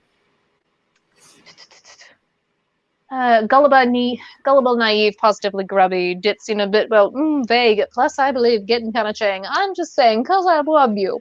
Mother understands. Mother's here to help you. All I have is one request. Don't ever ask to leave this tower again. I love you. I love you more. No, what is it? I love you, Rapunzel. I love you more. I love you most. Boop. Don't forget it. You'll regret it. Mother knows best. And later on in the reprisal, the tone shifts dramatically. There's a key change, and instead of like very sweeping, fluttery Disney princessy strings, you've got a lot more timpani happening. Boom, boom, boom, boom. You've got a lot more horn action happening, and everything is a lot. It swells like a storm on the horizon. And oh my God, I get chills just thinking about that sequence. We're like, no, don't be a dummy. Come with mommy. Mother knows best. But before she can even finish it, Rapunzel says, no. Like, oh, I see how it is. Rapunzel knows best. That talk singing thing also seems to be a very villainous trait, or at the very least antagonistic. Like, heroes don't tend to talk sing very much. I wonder if that's where, like, the American fear of rap came from. Because, like, oh, they're talk singing. Well, that's not the good music. Sorry, go ahead. No, I think what it does is that it changes. It is the musical equivalent of breaking the fourth wall. And it goes from being a song, suddenly it's a moment of dialogue. Yeah. And it's a little jarring when you're in that particular musical headspace. And it's a very effective tool. It might get overused, but I haven't seen it yet. There was a thought. Wait, I know what it was. Another Sondheim Into the Woods fan squee about to happen here. Another talk singing thing. When the witch is initially introduced in Into the Woods, her first song is a rap. Like, it's done in a very musical theater, 1980s, very like very golden age type of instrumentation, but over the top of it you have the witch rapping this list of vegetation in her garden, which is just fantastic. And she's basically expressing her rage at a past offense that the baker, or not the baker, but the baker's father had committed against her. I'm trying to see if I can remember any of it. Parsleys, peppers, cabbages, and celery, asparagus, and watercress, and fiddleferns, and lettuce. I said, all right, but it wasn't quite, because I caught him in the autumn in my garden one night. He was robbing me, raping me, rooting through my rutabaga, raiding my arugula, ripping up the rampion, my champion, my favorite. I should have laid a spell on him right there. Could have turned him into stone, or a dog, or a chair. But I let him have the rampion. I'd lots to spare. In return, however, I said, fair is fair. You can let me have the baby that your wife will bear. Bunk, bunk, and we'll call it square. Oh, just so wicked. Yeah. So wicked. But again, the vast majority of that song is talk singing. I'd love to explore that a little bit more. I'd like to go through some villainous songs throughout media and see if there is something to that, like talk singing being an indicator of evilness, or at least otherness, kind of in the same way that queer coding for a lot of villains in media throughout the last century and a half. Queer coding kind of is like, hey, look at this, effeminate man must be evil. Although I did cough up a couple of other ideas for songs that I enjoy for villain ones. I had that great shock moment, I think, that everybody does when you actually start listening to the actual lyrics to Mac the Knife, because the music is bopping and all of this. I remember dancing all over the house to that as a kid. It's my parents' song. And then you listen, and then you stop and listen to the lyrics, which I didn't realize later were written by Bertolt Brecht. Shut the fuck up. How do I not know that? Apparently, I was just listening and somebody mentioned it's from a German musical of the Weimar era. And then later on, Bobby Darin picked it up. The original lyrics were in German. That is... It's beyond bananas. We've gone to plantains. Yep. This is plantains level of crazy. I can't believe I didn't know that. But it's a great... I love that song.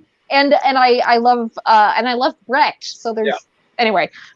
But it's a great, uplifting, happy sounding song about a guy who might be an assassin or a torturer or both. And the whole element of everything about this character is remarkably unpleasant. But hey, we're out here and we're partying. Another one in a very similar way is Station to Station by David Bowie, The Thin White Duke. Yeah. Because that character, I remember, because I got into Bowie, first time I ever really saw Bowie and recognized and was told who that was Bowie during the Thin White Duke period. Mm-hmm. And going, that is the most beautiful creature I've ever seen. I mean, just, My God. you couldn't quantify him by a gender. He just was. It's like, I'm sorry, is an angel just descended from the heavens? But then you listen to the intro to that song, and they're describing him as a character. And then Bowie later on describing him as a character himself and going, that was like the absolute low point of me as a human being, was being Thin White Duke. And I'm like, wow, that's actually saying quite a bit considering all of the other insanity that he'd been engaging in. I think it was the finding the bottom end of reality in the Thin White Duke that finally helped him get his shit together. But, I mean, that is a great villain. So, I mean, aside from the fact that it's an astounding piece of music, yeah, it's a great, great villain song. Mm-hmm. And this is the first time in a while that we've gone to 2 hours. But I suppose we should have anticipated this because we're talking about music, and you and I are both music files in a lot of different things. I do want to mention two things that Rick said. He mentioned "Be Prepared," which is the song that Scar sings in The Lion King. And again, has all those elements. The deliciousness of the language. God, is there anything more incarnate of the devil in the movie The Witch, Black Peter, I think is that what the goat's called? Yes. But yeah, the final bit of the movie, it's like, would you like to live deliciously? Like, yes. But Be Prepared is one of those, again, it's a song that lives deliciously. And it has the talk singing. It has the going back and forth from quiet and sensual to brute force and raspiness. Rah! Fantastic. And I will mention this just to give me a reason to go look it up later, but I don't know it. Boingo the Bunny in a piece of media called Hoodwinked. Is that a movie, like a CG animation movie on Netflix, Rick? I don't know how I haven't seen it. It looks like something that I'd watch, but it's around. But he apparently has a song called Top of the Woods. I would love to look that up. That's fantastic. We are rounding down here, but are there any final thoughts, Doctor, that you would like to share? Whether they are more villainy songs. I feel like we could do a part 2 to this. Oh yeah. Because we didn't even get into one of the things that I wanted to talk about, which was I mean we kind of went over a little bit like the power of music and using it as a tool of villainy, but more like in the white supremacist sense, which is, again, more on the destructive side than on the productive and creative sides of things. But using, we kind of danced around the subject a little bit, but basically using music as a tool of supervillainy in the way that we define it, using it to challenge the status quo, to bring about positive changes for people who are currently hurting. I would love for us to do a part 2 of this. I'd be in for that. Awesome. But for me, final thoughts. Always remember, there's no such thing as a bad genre of music. There's just bad songwriting. I am not a particular overt fan of the vast majority of country, but every time Steve Earle has a record out, I'm buying it. Because his stuff is amazing. He also writes some really, really great outlaw country songs. Nice. And also, don't, thinking about it in a villainous particular sense, you can find something that you can use in just about anything. Keep your mind open, keep your ears open, and you'll find the most amazing stuff. So that's my basic thought.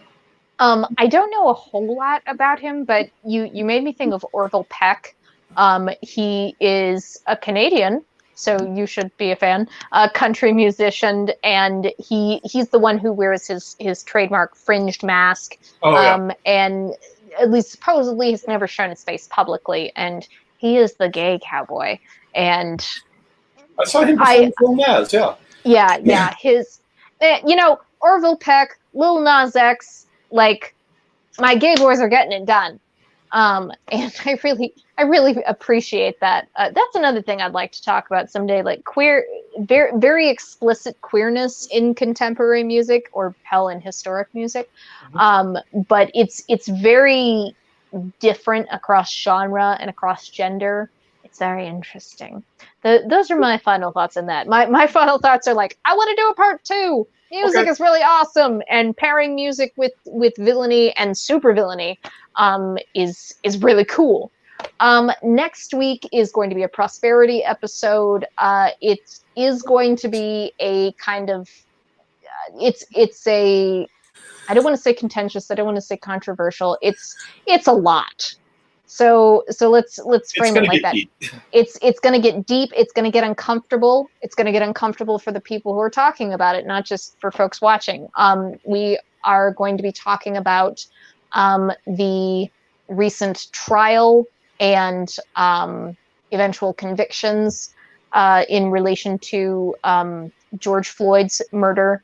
That the trial and the conviction happened very recently. We're going to be talking about that, and a couple of different elements under there. Some of it being like it's kind of a hollow victory, or and or like, well, great, but does this what does this help? Is it a step in the right direction? What can come of it that is of a positive nature? It's like I said, it's going to be a messy, uncomfortable conversation. So if you don't have the spoons for that, like, I will not be offended if you do not join us next week, or if you do not watch that episode. I am not going to fault you for that. But if you are willing to be a part of that conversation, or at the very least be present for it, and if you're going to participate in conversation in the comments, be respectful, then I will be happy to have you. And if you're not respectful in the comments in the conversation, we'll find you. Yeah. And again, there's a very big difference between being disrespectful and doing a dumb, as I call it. And I know right now I am probably going to do a dumb. I'm going to say something that I'm going to listen back to later and go, what the fuck are you talking about? Stop, baby, stop. Nope, it's there. It's there forever. It's there forever. And it's going to happen, but we're going to try and have a conversation about it. It's something that's on a lot of our minds, and I think it will be a worthwhile conversation to have, and also specifically to be pointing to folks who are closer to that issue on a personal basis, and the work they're doing with it, the feelings that they're having about it. But yes, that is what we will be talking about next week. I don't currently have the WordPress public, but I'm hoping I can have that done. Next week is our 13th episode, and 13 is my lucky number, so I have like big subconscious expectations for it. We're going to be talking about a super deep, heavy subject, that is very... It's difficult to talk about. It's difficult to talk about for a number of reasons on a number of different levels, and I am ready for us to take on the challenge of that, but also I would like to at least have one highlights reel done next week, and I would also like to have the WordPress up, and even if I don't have all of the show notes published, I would like to have some of them. Dave, try to kick my ass about that, please. Okay, let me find my boots. I'm all over it. Thank you. But yes, so thank you all so much for spending time with us. you know, if whether you're still watching, whether you're watching later on, I really do appreciate you coming, and I love it when things are interesting to you and that you can get something out of these discussions that we're having. Do me a heckin' like and subscribe. If you're watching on the Doc's channel, do the same for him. And you know, then be sure to click the bell, as they say, so that you know when we are going to be doing shows. Typically speaking, we do them on Fridays, 4:30 Central Time. That's -6 GMC, I want to say. If you're like Han and watching in a different country. But sometimes it's a little bit different. In the description below, if not already, I will add the link for my Discord, which you can see announcements, like if we're going to be a little bit late starting or something like that. But also there's tons of things like just cute stuff and music recommendations and video game recommendations. Like it's not super active because, you know, we've all got stuff going on, but you know, there's usually some new stuff once a week at the very least, that can bring a small smile to your day, just a very small one, SMOL small.